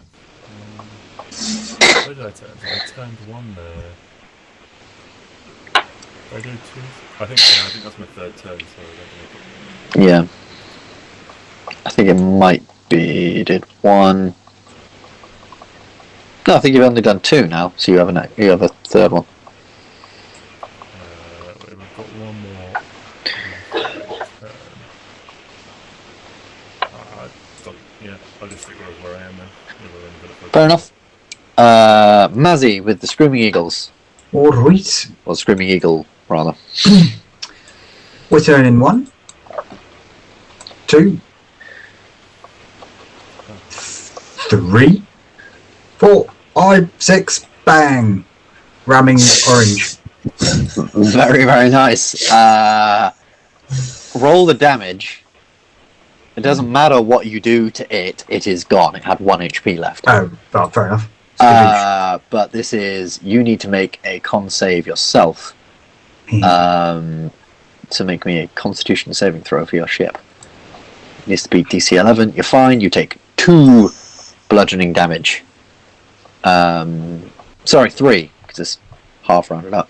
3 bludgeoning damage, and this thing, you just like, as you're sort of sailing on through, you just get this almost burst of speed you feel with the wind, and you almost just cut straight through the middle of the ship as it just tatters and breaks, and through the flame, just Through the fire and the flames. Through the fire and the flames, the screaming eagle almost emerges the sort of the bow of the ship, just sort of pushing straight on through.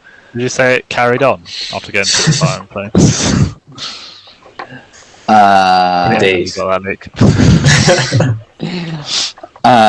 Anything else? Whilst I'm right next to green, I'm going to be firing my cannons. Would I get advantage? Yes, you do, because you're within 5 feet of it. Yes. Better that you've just like come to a stop next to this thing and then just guns. Ballista's nice. Bang. Yes, hits 7 piercing damage. Very, very nicely done. As you're sort of there, the people manning these ballistas jolted very, very quickly, but managed to get themselves back up, and they almost just like most of them just sort of push the entire sort of thing side down, almost because they're that close to this thing, and it's just almost firing these huge bolts down onto the other ship. Very nicely done, Griffin. Also, I think he killed me. Oh, have I killed you? No, I don't think I've killed you. Oh no, I have killed you. Yeah. I have actually killed you. That's the power of Oh God. god. You may kill the enemy. The power of God. He doesn't like the outcome. Just change it. Griffin, or the Storm Ball. Sorry, just before I go, Oh, yep. can I then technically sail through the ship, as we were saying? I'll say yes. Okay. For rule of done. cool, One, sail through. Maybe make it like through. difficult terrain or something, so it costs 2. Yeah, I'll probably say that one costs an extra thing of movement. So Okay, I can get to there. cool. Very, very nicely done. As the ship is now titanicking with the front just sort of slowly raising up and slowly sinking. Stormball. Yeah, I've You're smacked the up. guy in front of me, the green boy.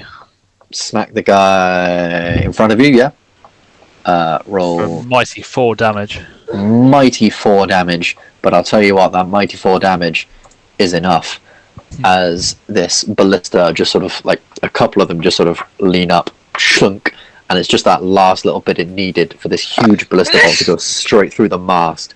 The mast collapses, and with the mast, it's almost like that just reverberated through the entire ship, and it collapsed and fell. Nice. And then I'm going to go 1, 2, 4, 5, 6, 7, 8.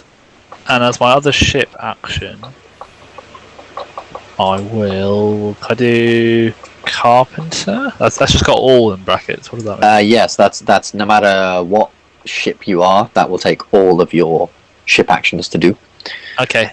Because obviously, the bigger the ship, the more ship actions you have, but also the more you have to repair. So Yes, that's fair. Okay, right, I'm going to do my war drums again then. And that should get everyone actually, yeah. yeah, so War Drums gives everyone, I believe it's like 1d4 or 1d6 to 1d6 to a saving throw attack, whatever.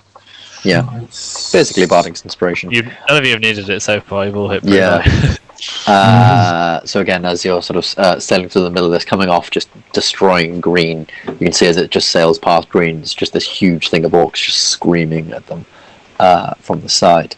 We go back to Oramis. Is it just red? These two down It's Yeah. just those two down there at the minute. Okay. What does Carpenter do exactly? Carpenter essentially allows you to roll a hit dice. I'm gonna Plus use, your con mod. I'm gonna use Carpenter to do a bit of heals. Okie dokie.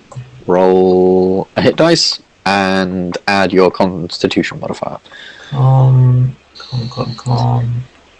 Oh, it's already done. 1. So Oh. there you go. Yeah, I knew hit Brilliant. dice were thing plus con, so you get 4 back. And I Congrats, knock triple. off a hit dice or no? No. Is this a separate? Oh, okay. It's a just a separate thing. Cool. Cool. And then I'd like to turn. I'm guessing I'm facing this way, right? Yeah.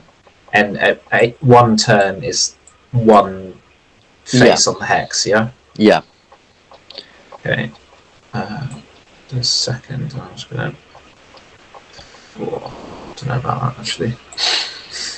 Gonna go back there, and I'm gonna. Oh, God, what am I doing?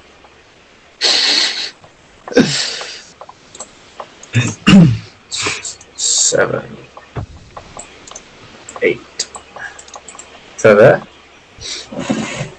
Yep.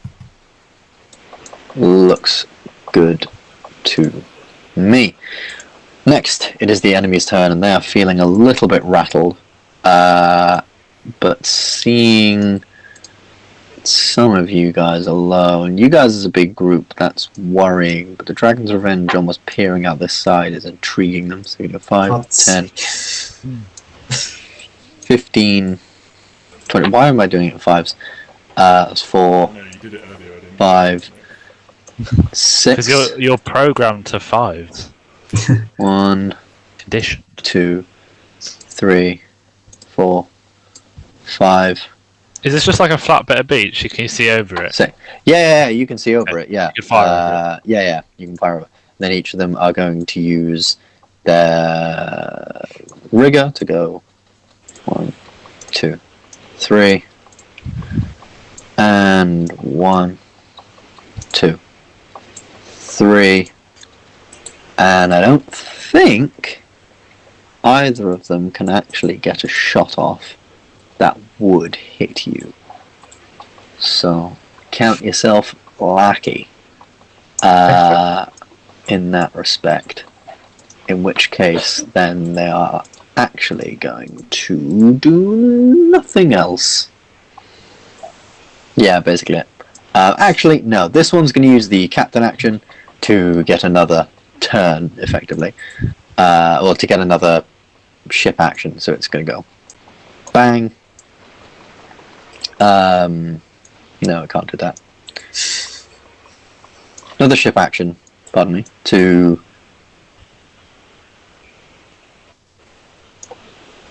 Fuck it, never mind. Can't do that twice. So we go to Felix. Right, so 1, 2, 3, 4, 5, 6, Mm-hmm. 7, 8, 9, 10. Oh, you're so nippy. That'll do. Mazzy. Right. 1, 2. I'm actually going to throw Oramis, I think. 1, 2, 3, 4, 5, 6. And at this moment, I'm in range. 1, 2, 3, 4, 5. Yes, I can hit red. Very nice. Can hit red. Roll to hit. Ciao. Very nicely done. Yeah, nice. Roll the damage. 7 damage. As over this beach, these huge ballista bolts fly over and crash into the side of the ship. Anything else on your turn? And then I'll carry on to there. Carry on to there. Griffin. Oh, Grab 3.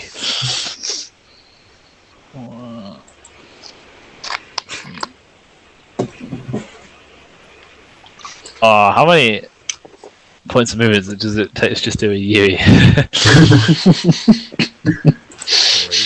can just turn it on the spot, can't you? Yeah. Okay, just 3 then. So how does one rotate his thing? Oh, it's up there, isn't it? Bang.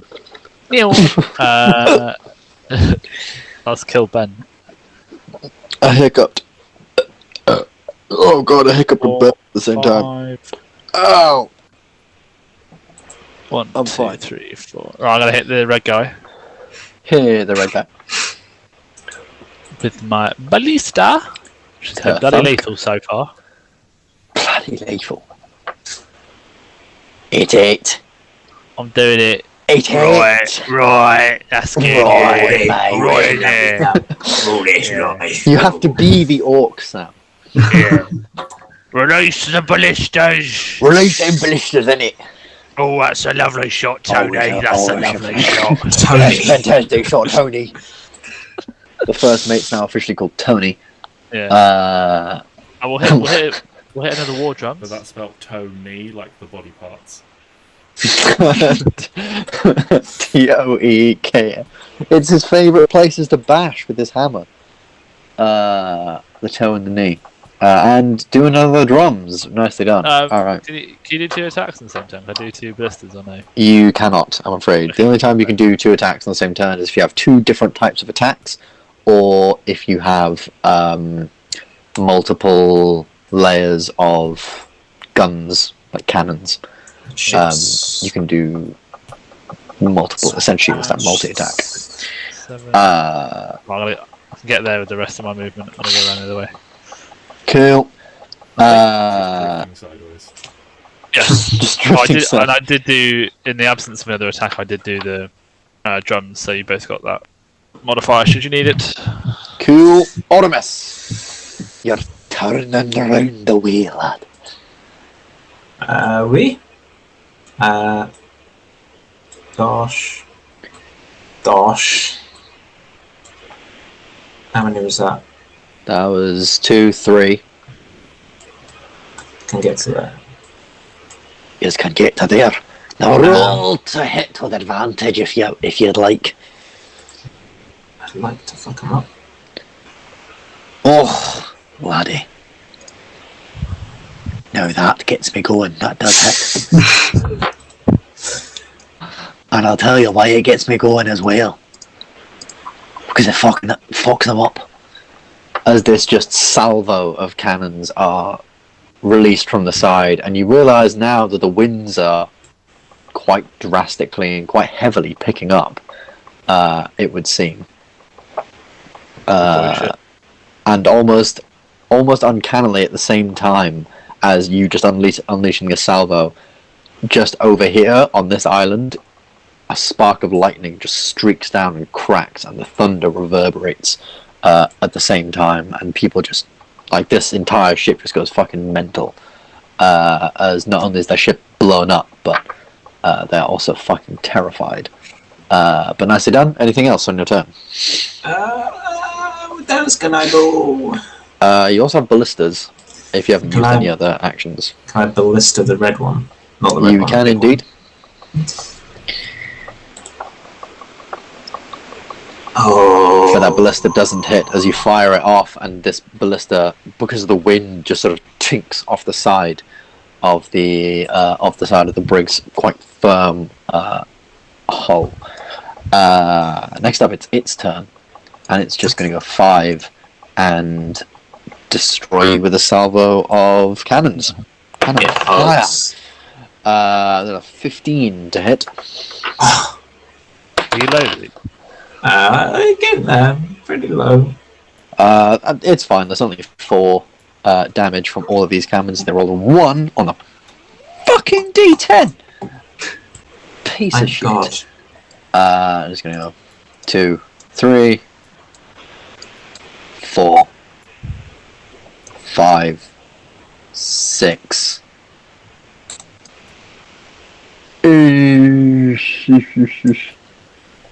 Yes, it's gonna stay there. And Felix. Okay, we can go 1, 2, 3, 4, 5, 6, 7, 8. Take a shot. Shots. Con save. A con save, of course. That is a 7. That is a natural 7. Plus, I think 3. So 10. So no. Arrow volley is doing some damage. Roll fucking well. It is rolled incredibly well twice, and with that, this flaming sort of arrow volley that now doesn't really need to be aimed up much. It's literally just almost everyone on the ship just firing flaming arrows across. Most of them are hitting the ship. A lot of them are hitting the people on the ship. And as you pass, you just see the flames are suddenly taking hold and taking over. There's cracking. There's screaming and crying from the people on the ship. And as you're sort of strolling by, Lady Jane strolling by, she herself takes an arrow, knocks it up, as the captain of this ship is now frantically going around trying to get whatever men are left standing to, rallying them. She herself just takes an arrow, fires off, hits that captain straight in the throat, and the ship is gone. Sounds cool.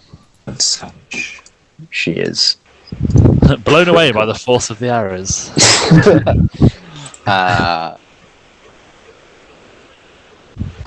Yes, very nicely done. That is this area of ships dealt with. It would seem that there were a fair few others that were being taken care of in and around some other islands just around you by the other ships. And throughout all of this, most of them still seem to be standing. You are now looking to be about 10 ships strong. Only 2 ships in total were killed in the entire ordeal, as it were.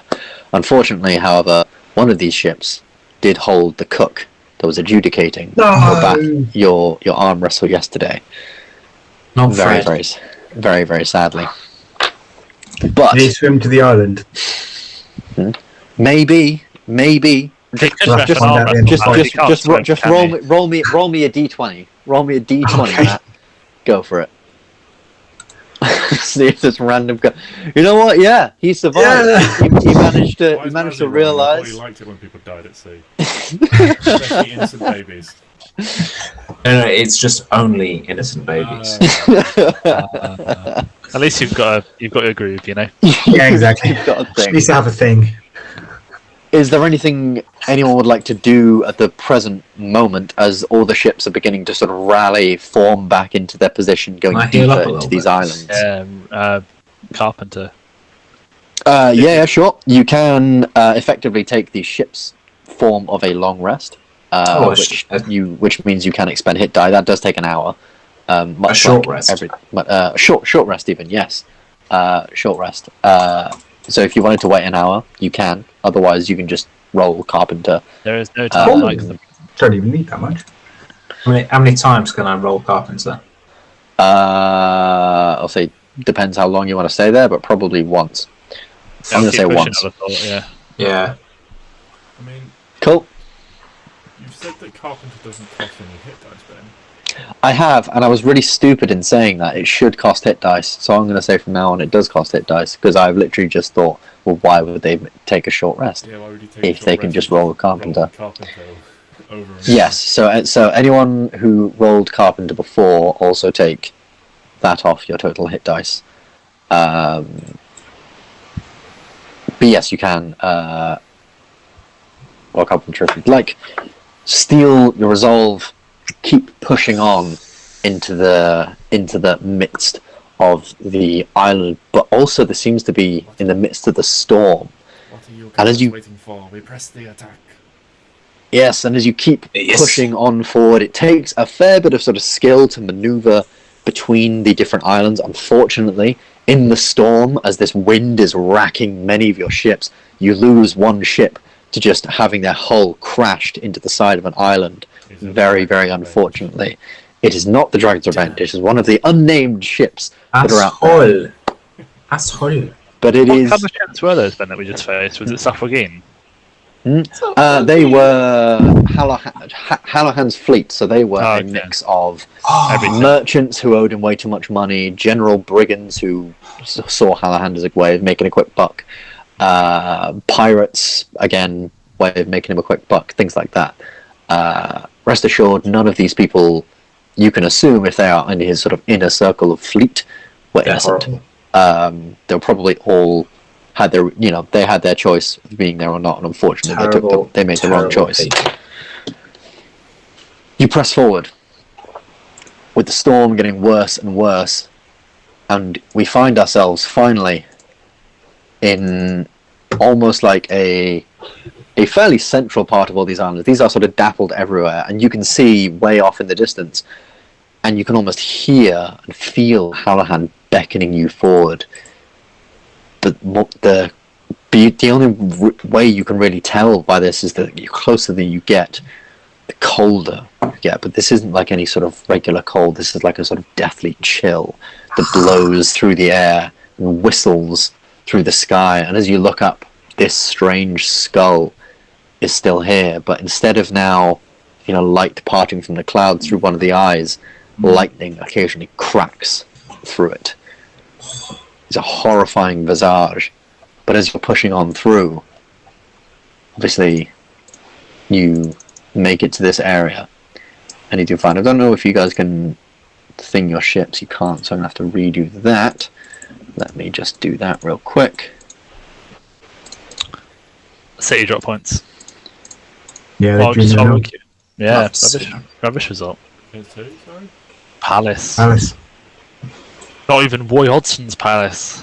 To be fair, Roy Hodgson's Palace were like a wet blanket. Oh, they were. This guy is in the wrong place. This guy should be over here. There's one point in it if Liverpool win. As you guys are pushing on into this shorter, sort of smaller selection of mountains, you can almost see, or at least you have seen, sort of almost following you between the sort of islands and scrags and things like that, a very, very large ship looming and almost following you. It's just almost, it's not as fast as the Dragon's Revenge, but it is fairly quick.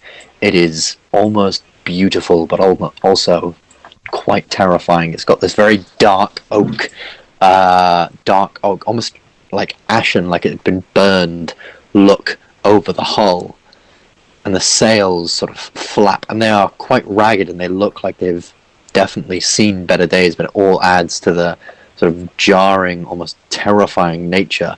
The figure piece on the very, very front is that of a demon, this horrifying sort of demon with this huge sort of gaping mouth, lurching and sort of lunging forward. There are cannons on his ship, 2 racks of cannons, in fact, that glisten and gleam, clearly been very well taken care of, so far as you've seen. This is a very big ship. What, Oramis? And this is potentially going to be a tough fight. Wow. So, why don't we go ahead and roll another set of initiative, shall we?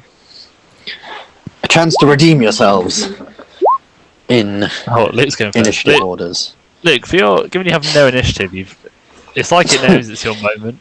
I swear I've rolled better on the initiatives tonight. With Zero initiative. than I do with Oramis with +6. Oh, that's Presumably the Black Gale. That is that frigate. Yes, is This the one. Black Gale. A horrifying ship. Which I have to keep reminding myself of the name of, because I keep getting the name the Howling Gale confused in my head for some reason. I don't know where it's come from, but it's just stuck in there. I keep writing it up, like, when I'm writing up my notes, I keep writing them wrong. I'm going to have to go back and check them as well for mistakes. Oh, Sam, that is so unfortunate. No. But at least, well, yeah. Yeah. Alrighty, so first of all we have Oramis, your crew, as soon as they sort of see Hallowhand off in the distance, just sort of give a rallying sort of roar as they ready themselves for a fight, which now that you're getting closer, your crew is sort of like, are you sure about this, Captain? And also, just all of you guys as your characters make a perception check. Characters, yeah. Yeah.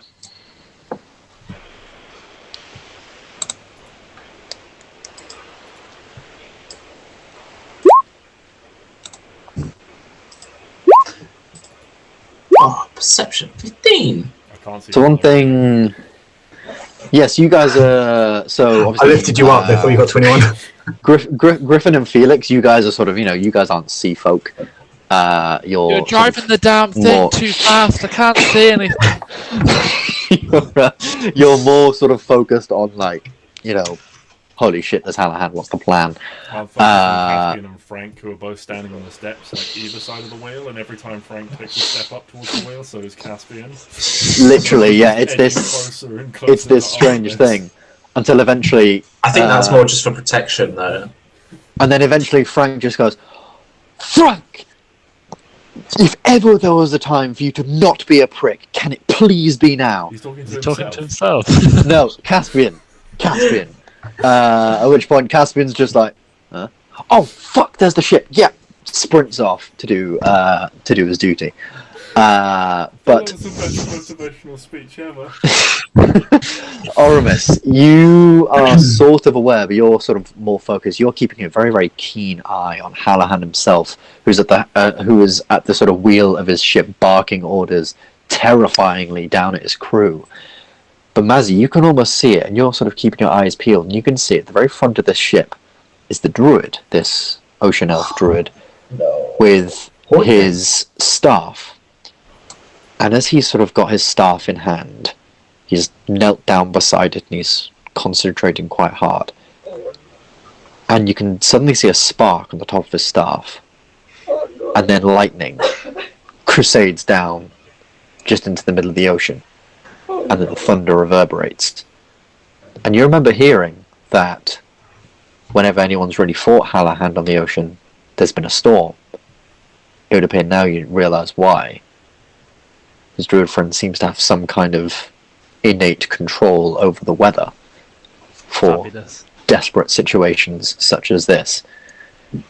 But also sort of looks like from here, the staff are sort of, because there's this metal staff that is slammed into the ground, and at its sort of bottom, it almost turns into that of like a tree trunk that's roots seep into the ship itself and around the front, like some really creepy but admittedly kind of cool thing. But first, we go to Oramis. Okay. Okay. And see what the Dragon's Revenge has in store. Let's do it. Question? I don't know what to do. No, I am going to 20.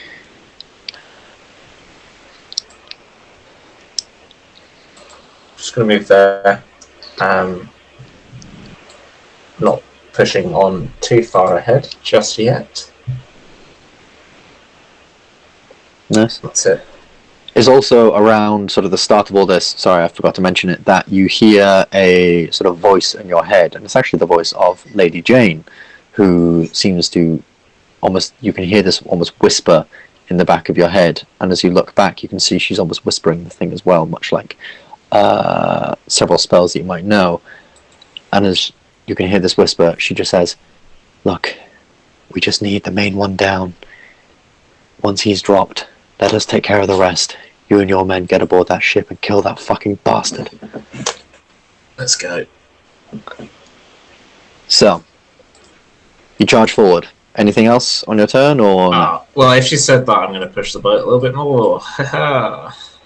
Did you say you can only board ships? You can only board when a ship goes to 0. Okay. So you do have to knock it out. You do have to knock it out, yeah, before you can properly board it. Cool, Griffin. I'll Or follow. the Storm Ball. We haven't gone very far on this. No, I haven't. Because I don't want to run away from my fleet. Sorry, the fleet. I don't own the fleet. Not yet.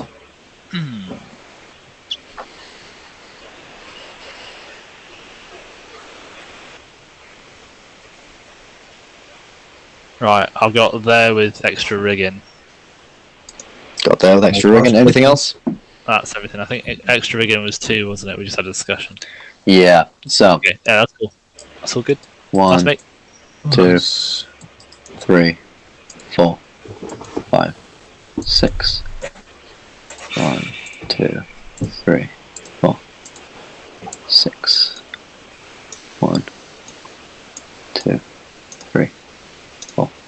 5, 6. 1, 2, 3, 4, 5, 6. Actually, I just need to check something. What's the speed? Frigate. My apologies. 5 to there. It is a slow bastard, very hard. but it is bigger. Right, Mazzy. Great. What was the ability to move faster? The rigger. You can move half of your movement again. Yes. Okay, so 1, 2, 3, 4, 5, 6, 7, 8, 9, 10, 11, 12. Do I want to be that close? No. I think I'll just go side by side. Nice. And finally, Felix with the silk arrow. 1, 2, 3, 4, 5, 6, 7. I think I'm just going to stop at 9, try and get stay in a little bit of cover up around behind this island. Cool. Oramis. So each turn is 2 thing of movement, yeah? One thing, sorry. Each turn is 1.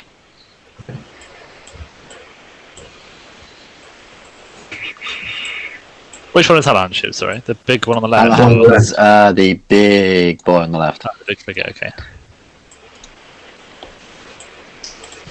I think I can get there. Cool. Anything else on your turn? Can I actually use a carpenter? Yeah, of course. Roll the hit dice. Oh, 4 again. Griffin. 1, 2, 3, 4, 5, 6, 7. I'm coming all the way into this guy up here. But I'll pop off a ballista at the frigate on the way past. Pop off a ballista on the way past. Alright, roll for ballista. Watch this be the one that doesn't. Just saying. Sorry, we don't have to sink this nice looking one. No, but we've got to get into a stage where we can board it, which is 0 HP. Yeah. Just so as you sail along, unfortunately, as the wind sort of howls and blows at the side of your ship, your ballista, which was perfectly trained, just shrunk straight into the water. I'm going to run this big boy here. And you're going to ram that big boy there in it. For 11. Also add however many hexes you move to get there onto the damage. 8. 8. So that's 19 damage if it fails a save. Oh, which it does. On a DC 9. On a DC 9. That should be more than a DC 9. Bitch. I feel like that should be more than no, because you're like slow and therefore hitting you is. What do I roll for? How much I take? You take so roll a con save. I should be good because I'm big. It's only DC 9, so. Is that any good?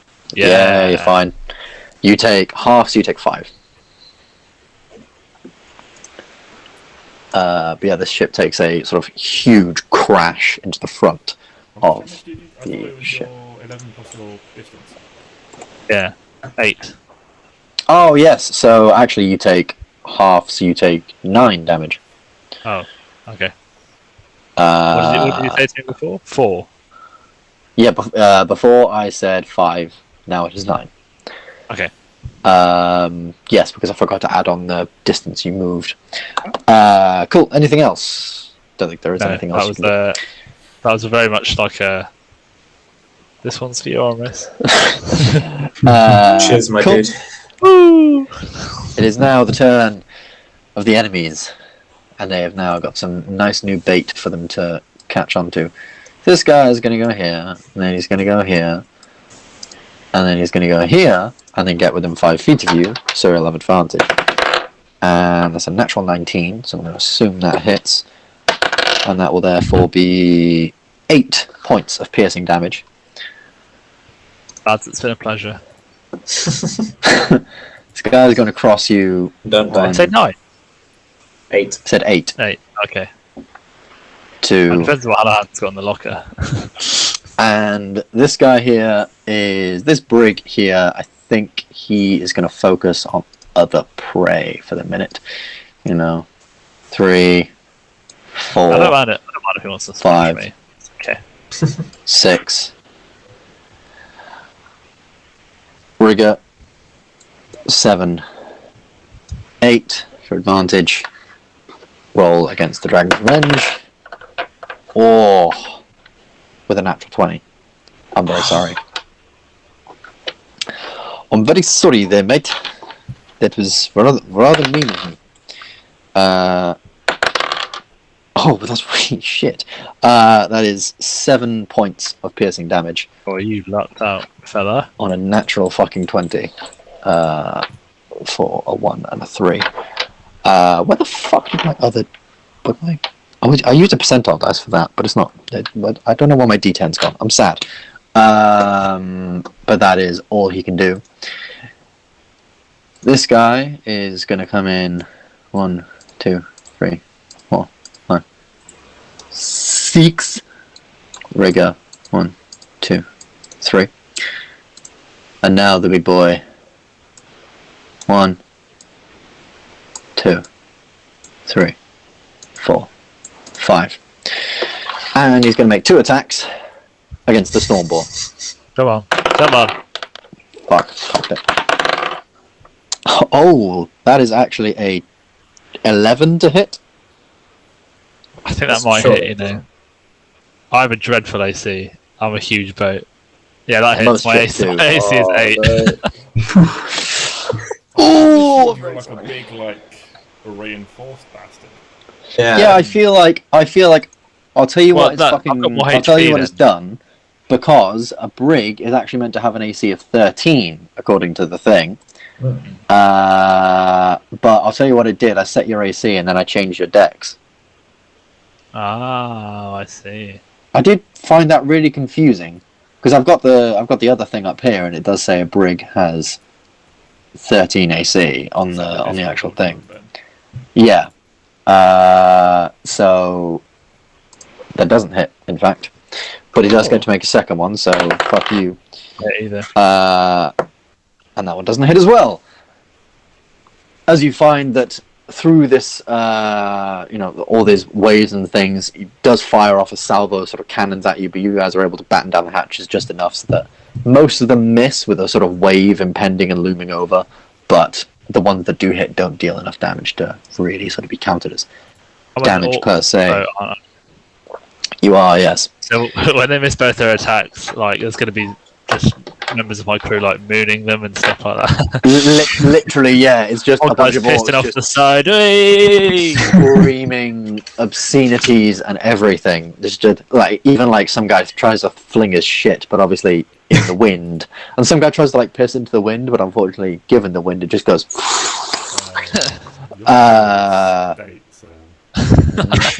But we didn't take any fucking damage. Mazzy.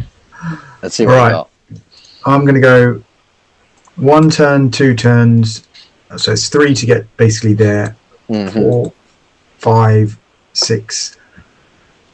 Bishity bashity cannony. Bishki. That's not a phrase. That isn't really a phrase, Matt. I might have to get you to take that one back. I'll make shit out, but it works. But it does work. Yes, with the 23. Nicely done. Roll the damage to 4. Who's that to? The guys on my left. Guys on So I get- your yeah, left. Yes, the you do get advantage. advantage. Nice. So that is Ah, shit, where was it? nicely done. 1, 2, 3, 4, 5, 6. I'm going to go 7, but I don't want to ram. I want to flaming barrel to the guys behind me. Flaming barrel. To the guys right in front of you? Sure. Roll So for flaming advantage again because I'm close. Uh-huh. Banned. Oh, needed it. 24. Does hit. This is barely like... They barely wind the catapult back for this one. They just want to get it sort of enough so that it doesn't land on its own ship.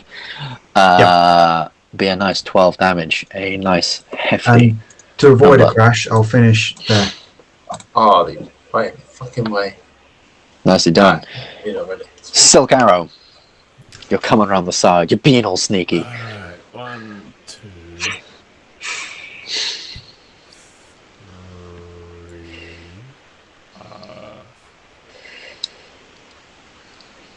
4, 5, 6, 7, 8, 9.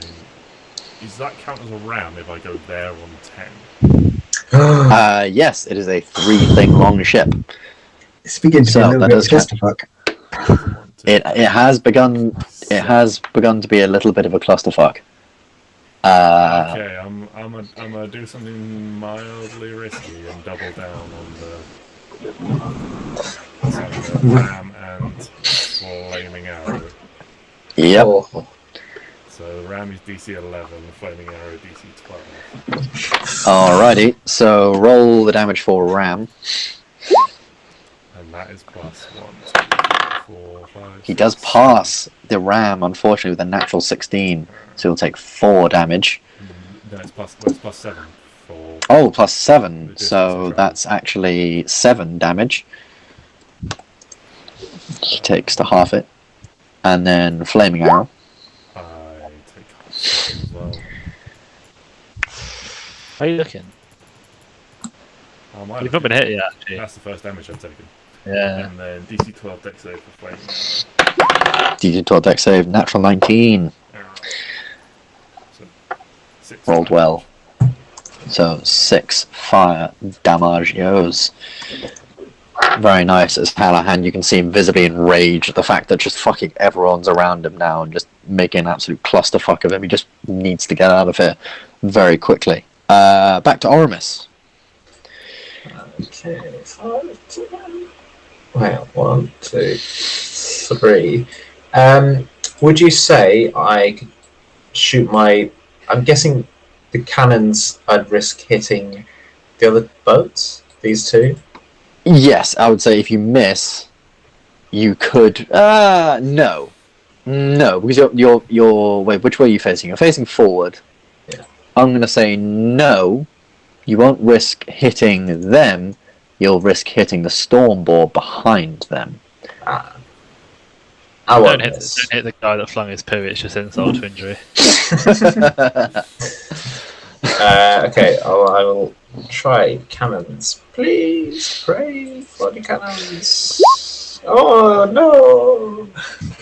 Roll damage. Oh no! Ah? Roll damage. Roll damage! Oh, maybe I don't want this ship. Stormboar. Going to take 2 points of damage. So you take half.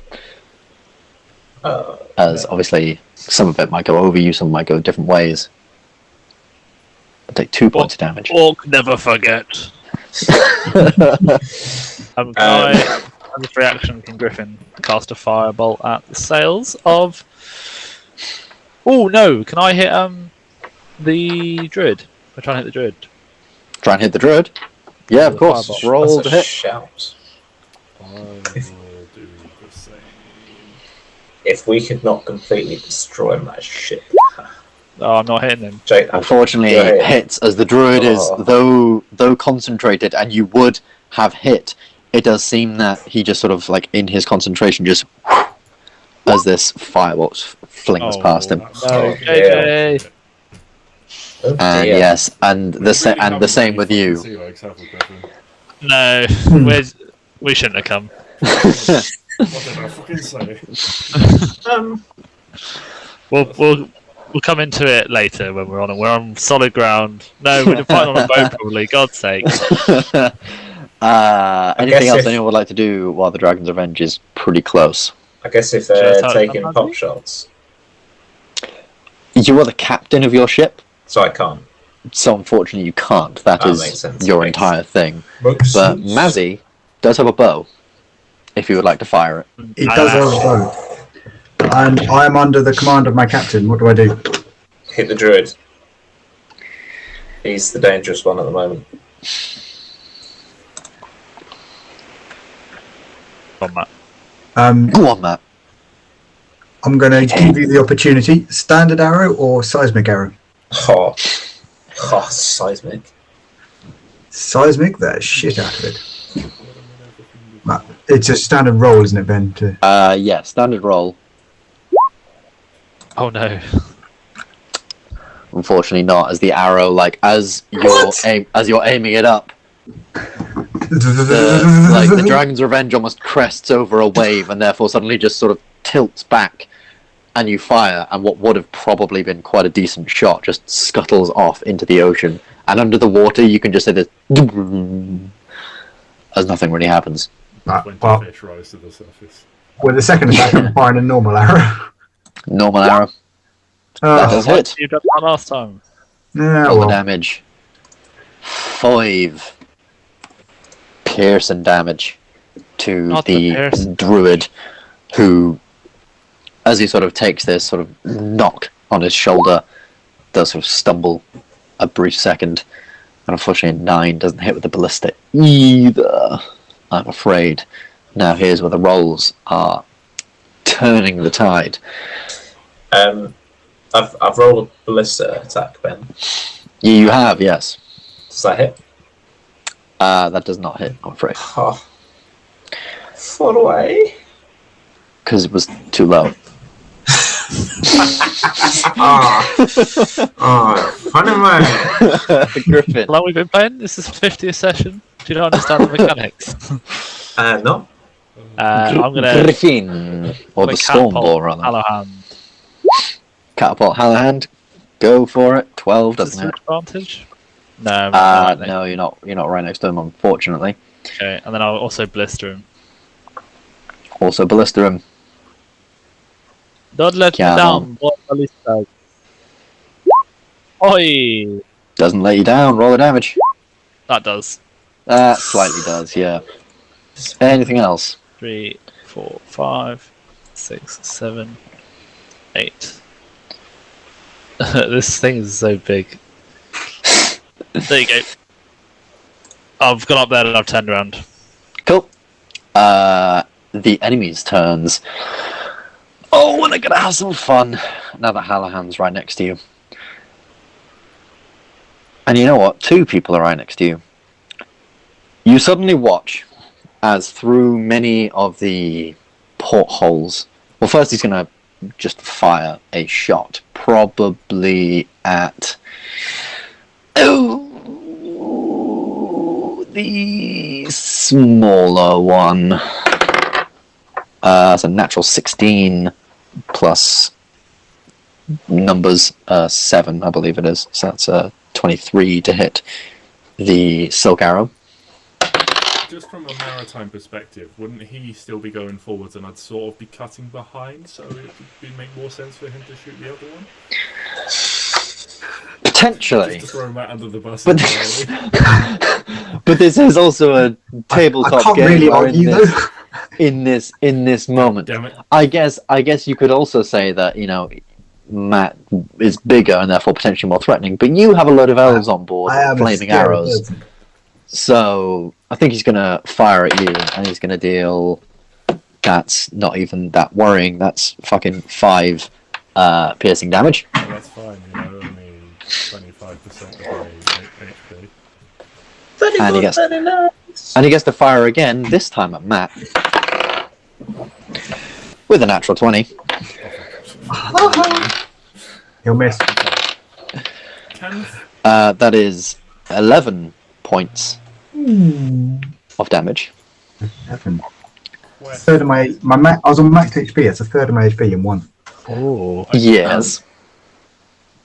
I don't suppose I can silvery barbs the ship.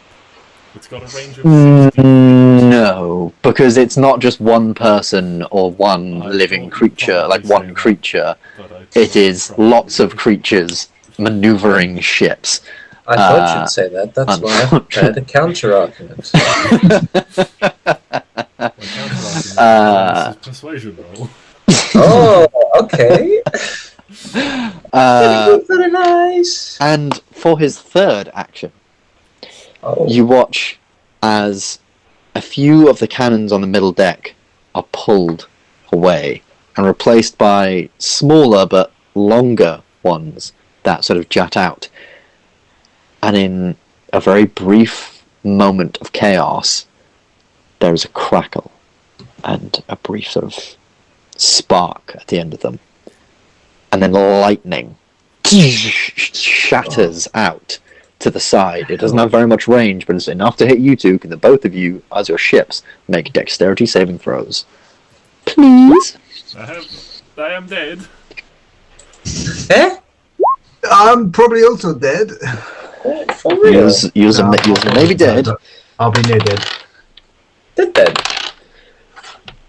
That is 12 points of lightning damage Oh no. to the both of you.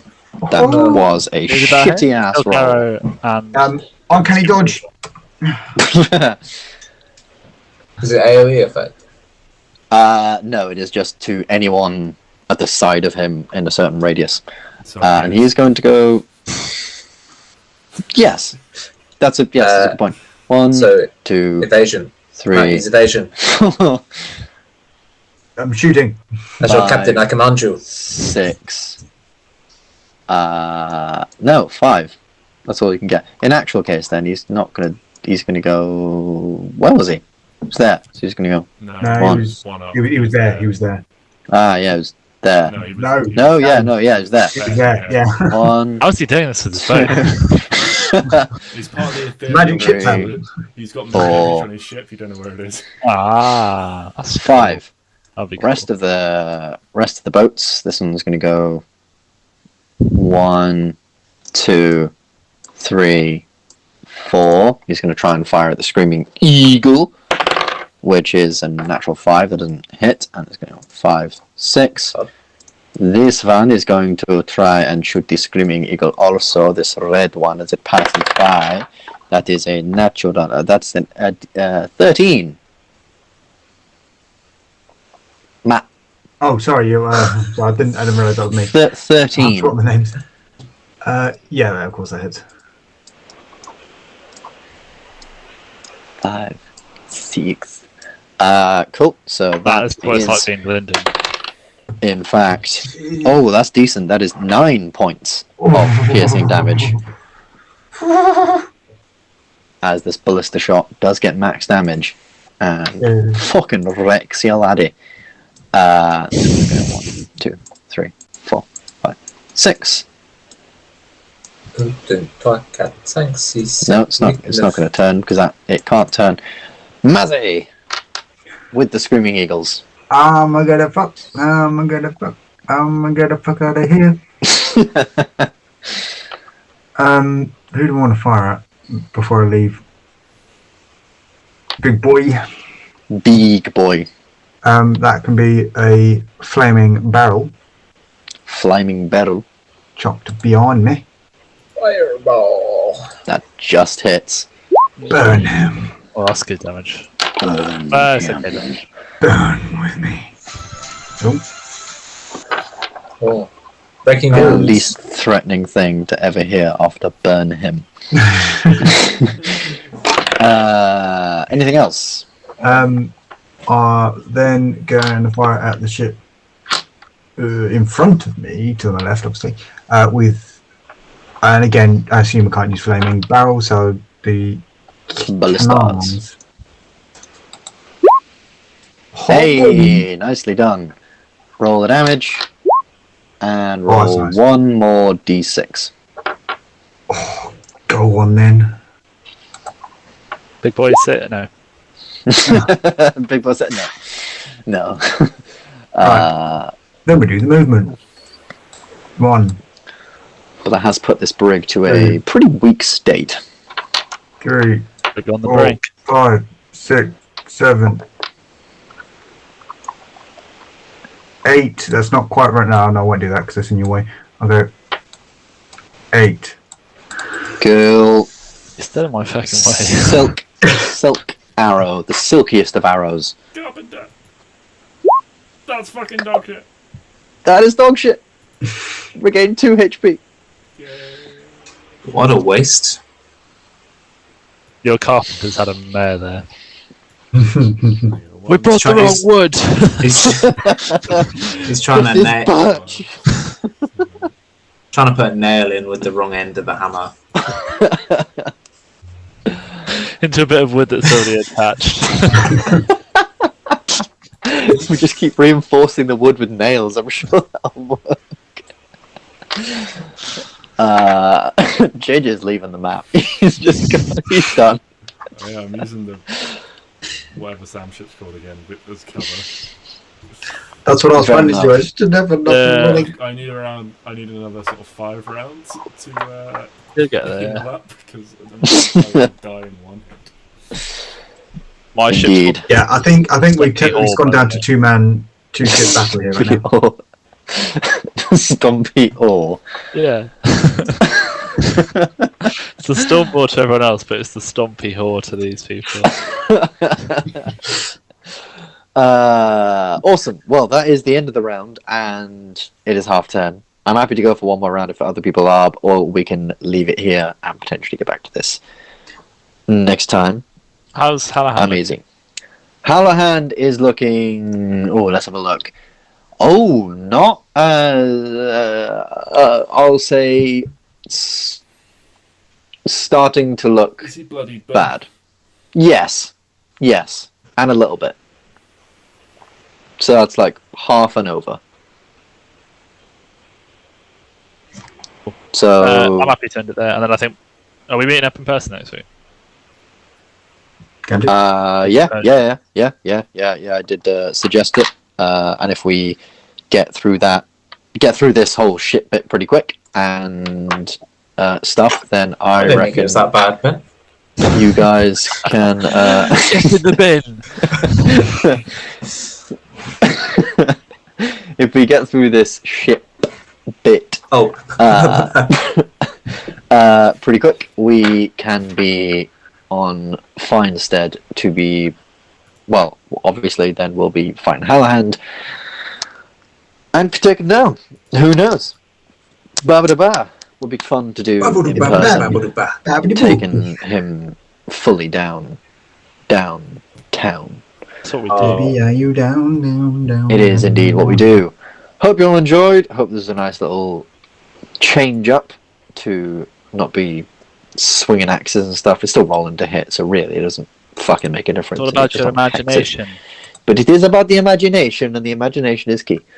Hope you all enjoyed. Looking forward to finishing this off next session and seeing how you'll do, because from the looks of things, a couple of you are looking in a little bit of trouble. I think by the time we've sailed around an island or so, we might have enough HP back. They can heal too, though. That's the issue. No, not if you do too much damage. Or are they going to spend their turns instead chasing after you and attacking you? Because 3 attacks per turn. I think we're on the upper hand, but I'm a bunch of stupid orcs, so don't ask me. You guys are sat there thinking like, "This fire, Ben, it's good, it's warm." does Yes. Mazzy's healing spirit, could I put that on a hex and have a ship drive to it? Sail through it? I mean, you could put it on a hex, and then if the ship drove through it, if anyone was any specific human, because it does once again say one living creature. But if that was to pass over the space of a person, yeah, it would heal that person. Yeah, but Sure the person thing. isn't really a boat. No, that is keen observation. Deep philosophical questions on this D&D. A person is not a boat. A person is not a living I mean, creature. for me, my And a ship person. is alive. So it is a person in my heart. What, you're Screaming Eagle? The screaming eagle is I would alive. want to go for within dinner with that. Screaming Eagle. Felix has Caca! Would mending work? Mending, I would probably say could, because obviously mending I think is like a 5 by 5 foot thing. Not even, actually. I think it's like a couple of inches mending. Repair a single break or tear in an object you touch, such as a broken chain, Ooh. 2 halves of a broken key, a torn cloak, or a leaking wineskin, as long as the break or tear is no larger than 1 foot in any dimension. So you How big could, are these cannonball holes? Yeah. I mean, I would say if that's what Felix did the entire time, you could repair 1 hit point at the start of every turn and make a save against exhaustion, because that would just be so tiring having to go sprint. It's a cantrip, but not throughout the entire minute. You're not taking any breaks while the ship is rocking back and forward. You're running through every part of the ship trying to mend it, as it's also getting broken. I think I'll just stand in one spot and just bend that spot as it continues to leak. What if it's not the problem? If water's coming in, it's definitely a problem.